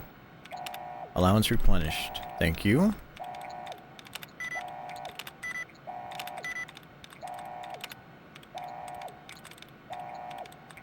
Me just trying to hard hack everything without reading. There we go.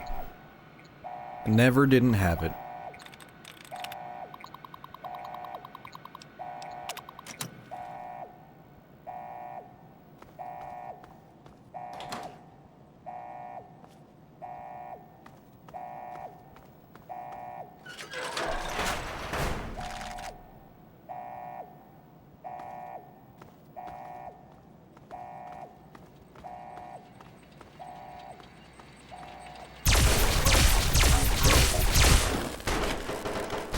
Now remember, we got that robotics expert perk, so now we're doing 20%, 25% more damage to robots. Which will be very relevant for some of these later DLCs, because there are a lot of robot enemies. Mesmatron power cell spawn there? Yes, in this bunker there are Mesmatron power cells, because there is a weapon that is a unique version of the Mesmatron. And then isn't this a Mothership Zeta weapon? Yes, this is the Captain's sidearm from the Mothership Zeta DLC that we just finished at the beginning of this stream. This is the Alien Blaster, but it's a shotgun.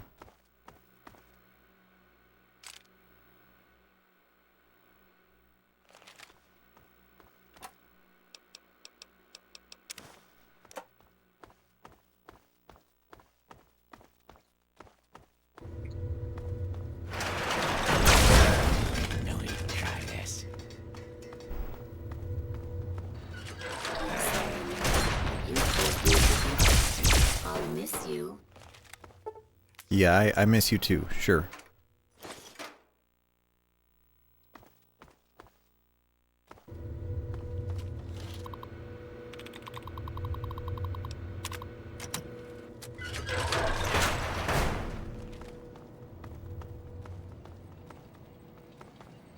You stop.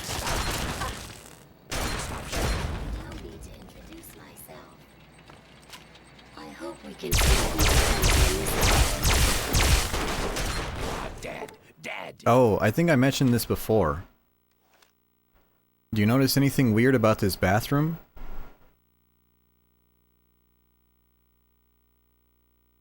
Now, would you, if you were going to the bathroom with your friend, would you pick, what is your favorite Fallout game? That's a tough question. Probably, I don't know. Oh, that is a tough question. Probably New Vegas. If you were going to the bathroom with your friend, would you sit across from them or next to them?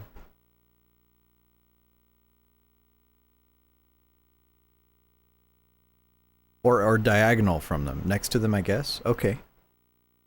Alright, so you'd want a stranger across from you. Is that what I'm hearing? No, ... I see. I see. Also, there's a big Hershey smear on the floor. Oh, drugs next to the toilet. Oh, let me just drink from that toilet. Oh, I love Fallout. Is this more drugs? That is. Are you debating philosophy? Well, I mean, it's just like, you know, kind of, do you remember, do you know the male urinal etiquette where you never take the urinal next to another man? Unless they're all full, in that case you do take the urinal next to another man. 4-player co-op bathroom? Kind of. You gotta, I mean, you're forgetting about the ref, but yes. That reminds me of my dad. My dad had a floppy disk with with like a game on it. I guess it's a game. And it was a urinal game. Okay? And it was like, I remember it was called urinal.exe. Okay? And it was like literally like 5 different scenarios of like, here are a line of urinals and there's someone sitting there, you know, there's someone using all the urinals. Which urinal do you use? And then you click on the one, and if you click it wrong, it'll tell you to do it again. And if you click the right one, it'll give you an explanation. And very interesting game. And I didn't understand it because I was like really young, but now I'm like looking back on it, I'm like, there is a little social etiquette there in terms of urinal usage. I don't know if that goes for toilets as well.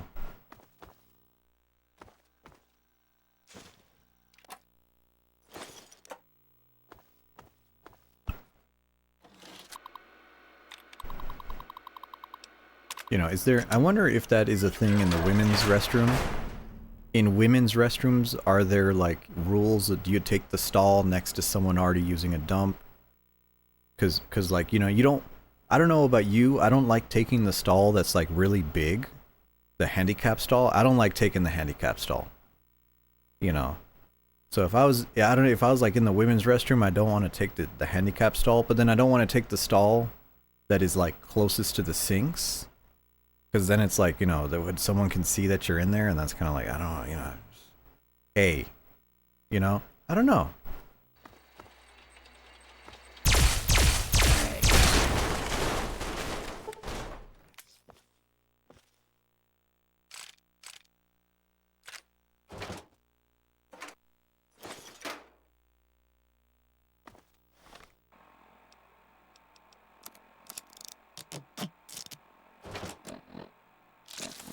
I guess I'll use this Gatling laser I found. I guess.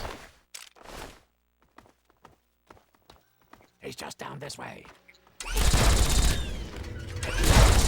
just ahead. I'll circle around and distract him. You take him from the front. Come over here, girl. Let's talk. There he is. At last. Wow. He's literally a brain. At last. In a tube. Let's end this. Here and now. Ah, yes, mister. You know what? I want to kill this guy quick. Right? How fast can I do it? Damage buff. Oh, I don't have any Yao Guai meat. Okay. Lockhart, at last we meet face to jar. But I'm afraid at the end of this, it is you who will meet his end. wait, I want to hear? Just flip, play the game, dude. With me, someone very special. This stranger tricked you into letting me find where you are hiding. Yes, Desmond, but whose side is she on? Do you know?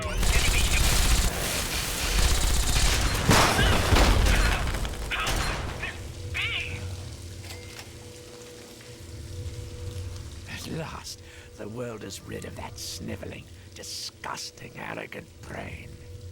Think of it. Everything he learned, everything he had, it's all here, and it's all mine. Mine. Okay, you're gonna make a mess, dude. Keep it in your pants. Moron, you cannot possibly comprehend what this is worth. I've been battling with Calvert for over 200 years, and now at last, I am the victor. And now, 200 years of technology, knowledge, and research that he stole from me. Every time he beat me, it doesn't matter now. So where's my cut? You're free to take whatever you find in this disgusting place. What I came for is of no interest to you. Enjoy your spoils. I don't think our paths will ever cross again. And I think we can both thank Christ and say hallelujah for that. Do you think he's depressed because his frenemy is gone? No, I don't think so. I don't think so, because he didn't even know the brain was alive until we came back from the cult church. So I think he just doesn't really care. So anyways, here's the final room. And here is the, if you notice, this is a mesmatron, right? But it's called a microwave emitter. Right? And so this one uses not mesmatron ammo, it uses microfusion. But it does damage. It doesn't brainwash, it's just a gun.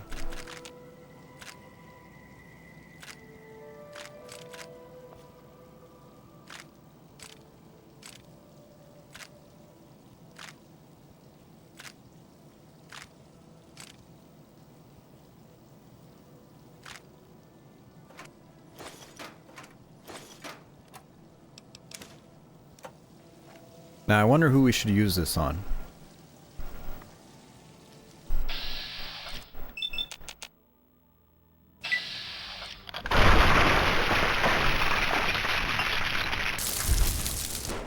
Right. So you see, it's not a mesmatron.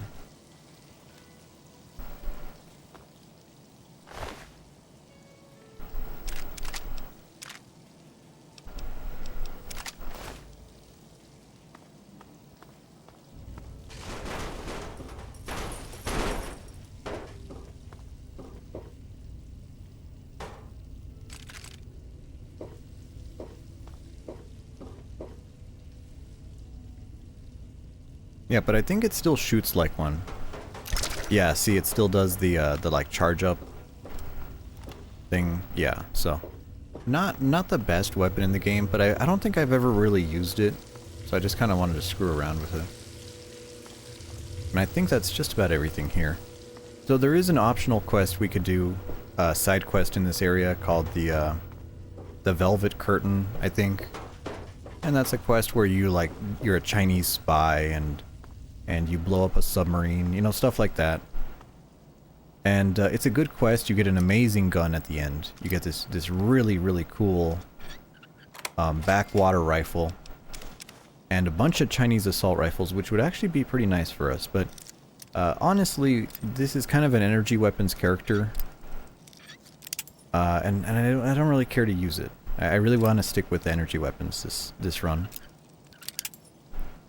If I could open this lock, come on.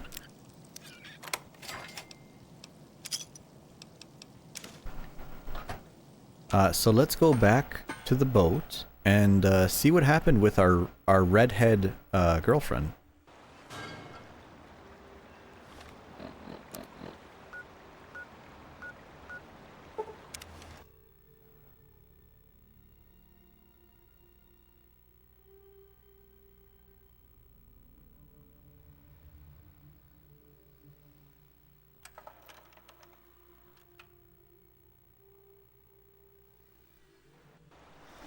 Oh, right. Medication wearing off.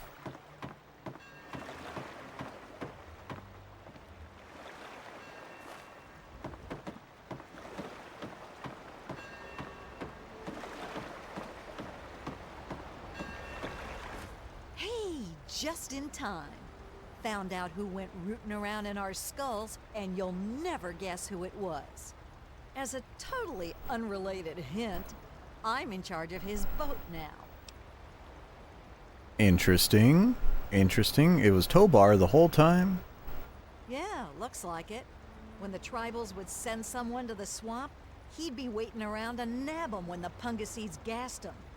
He'd do his amateur surgery for the tribals and let us wander back, all in exchange for punga fruit to trade. Sweet little deal he had going on. Anyway, I figured you'd want a shot at some revenge, so I put him under citizen's arrest, sorta. Yeah, he seemed nice enough, didn't he? I wouldn't have figured it out if I hadn't snuck into his engine room while waiting for you. From the look of it, he kept every bit of gray matter he cut out, and he had quite a collection. You can take a look if your stomach's up to it. And while you're in there, feel free to give Tobar my love, preferably with the sharp end of a hot knife. First off, I'm claiming this boat. I put Tobar down, so it's mine. Them's the rules of the ocean.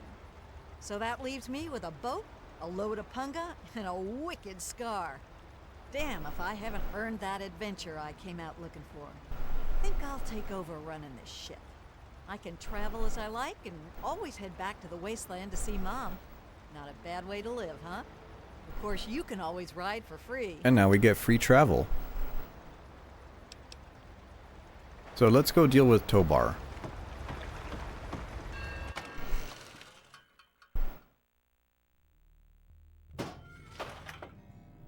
Well, if it isn't my favorite traveler.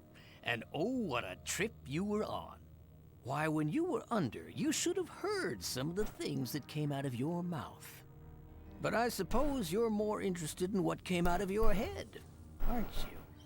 You know, if you just got caught and cornered for that, you would think he'd be like, "Hey man, it was just business," you know, something like that, instead of being hey, you should have seen how you screamed or something, you know. Maybe that's just me. Why did you do it? Let's hear it. Why do we do anything? You travel the world, kill people, take trophies that interest you, and move on. I'm much the same. The only difference is that my trophies are somewhat more medical in nature. Oh, and to be honest, I probably kill fewer people than you do. But I suppose it's time that came to an end, one way or another. All right. All right, buddy. Oh, survived one. Interesting. R.I.P. Bozo.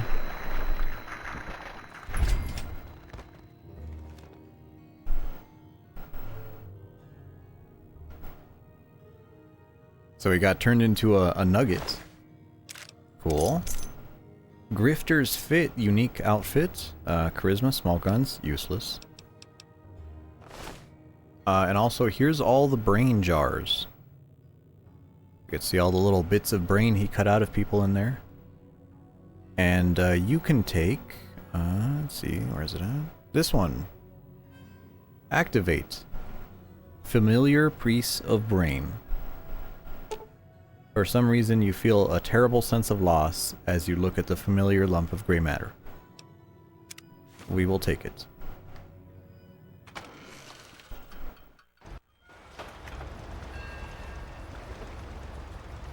And then to head back, we can just sleep in the bed.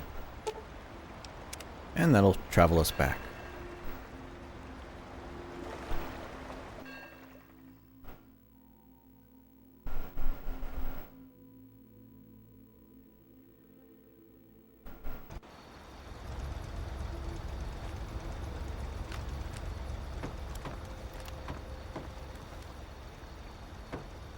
Oh, you're back. Yes, thank you so much. And now that she's got this boat and carrying all this cargo, well, I can afford to actually pay you. Thank you so much. And we get 10 fruit. And $300. Okay, that's much better. I'll take that.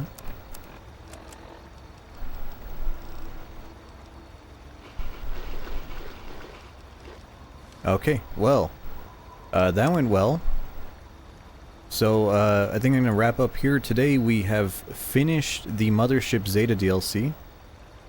And have also done the Point Lookout DLC, which was nice to see. We got the wonderful microwave emitter, which we'll try to get some use out of. It seems awkward to use, but that's what VATS is for. And then it seems very powerful once it hits. So that's cool. Thanks for joining me today. Tomorrow, I believe it's going to be some more Halo with Yogg. I don't know if we can finish Halo tomorrow. I'm going to try to. I'm going to try to finish Halo and... Halo. I don't know about that. Halo.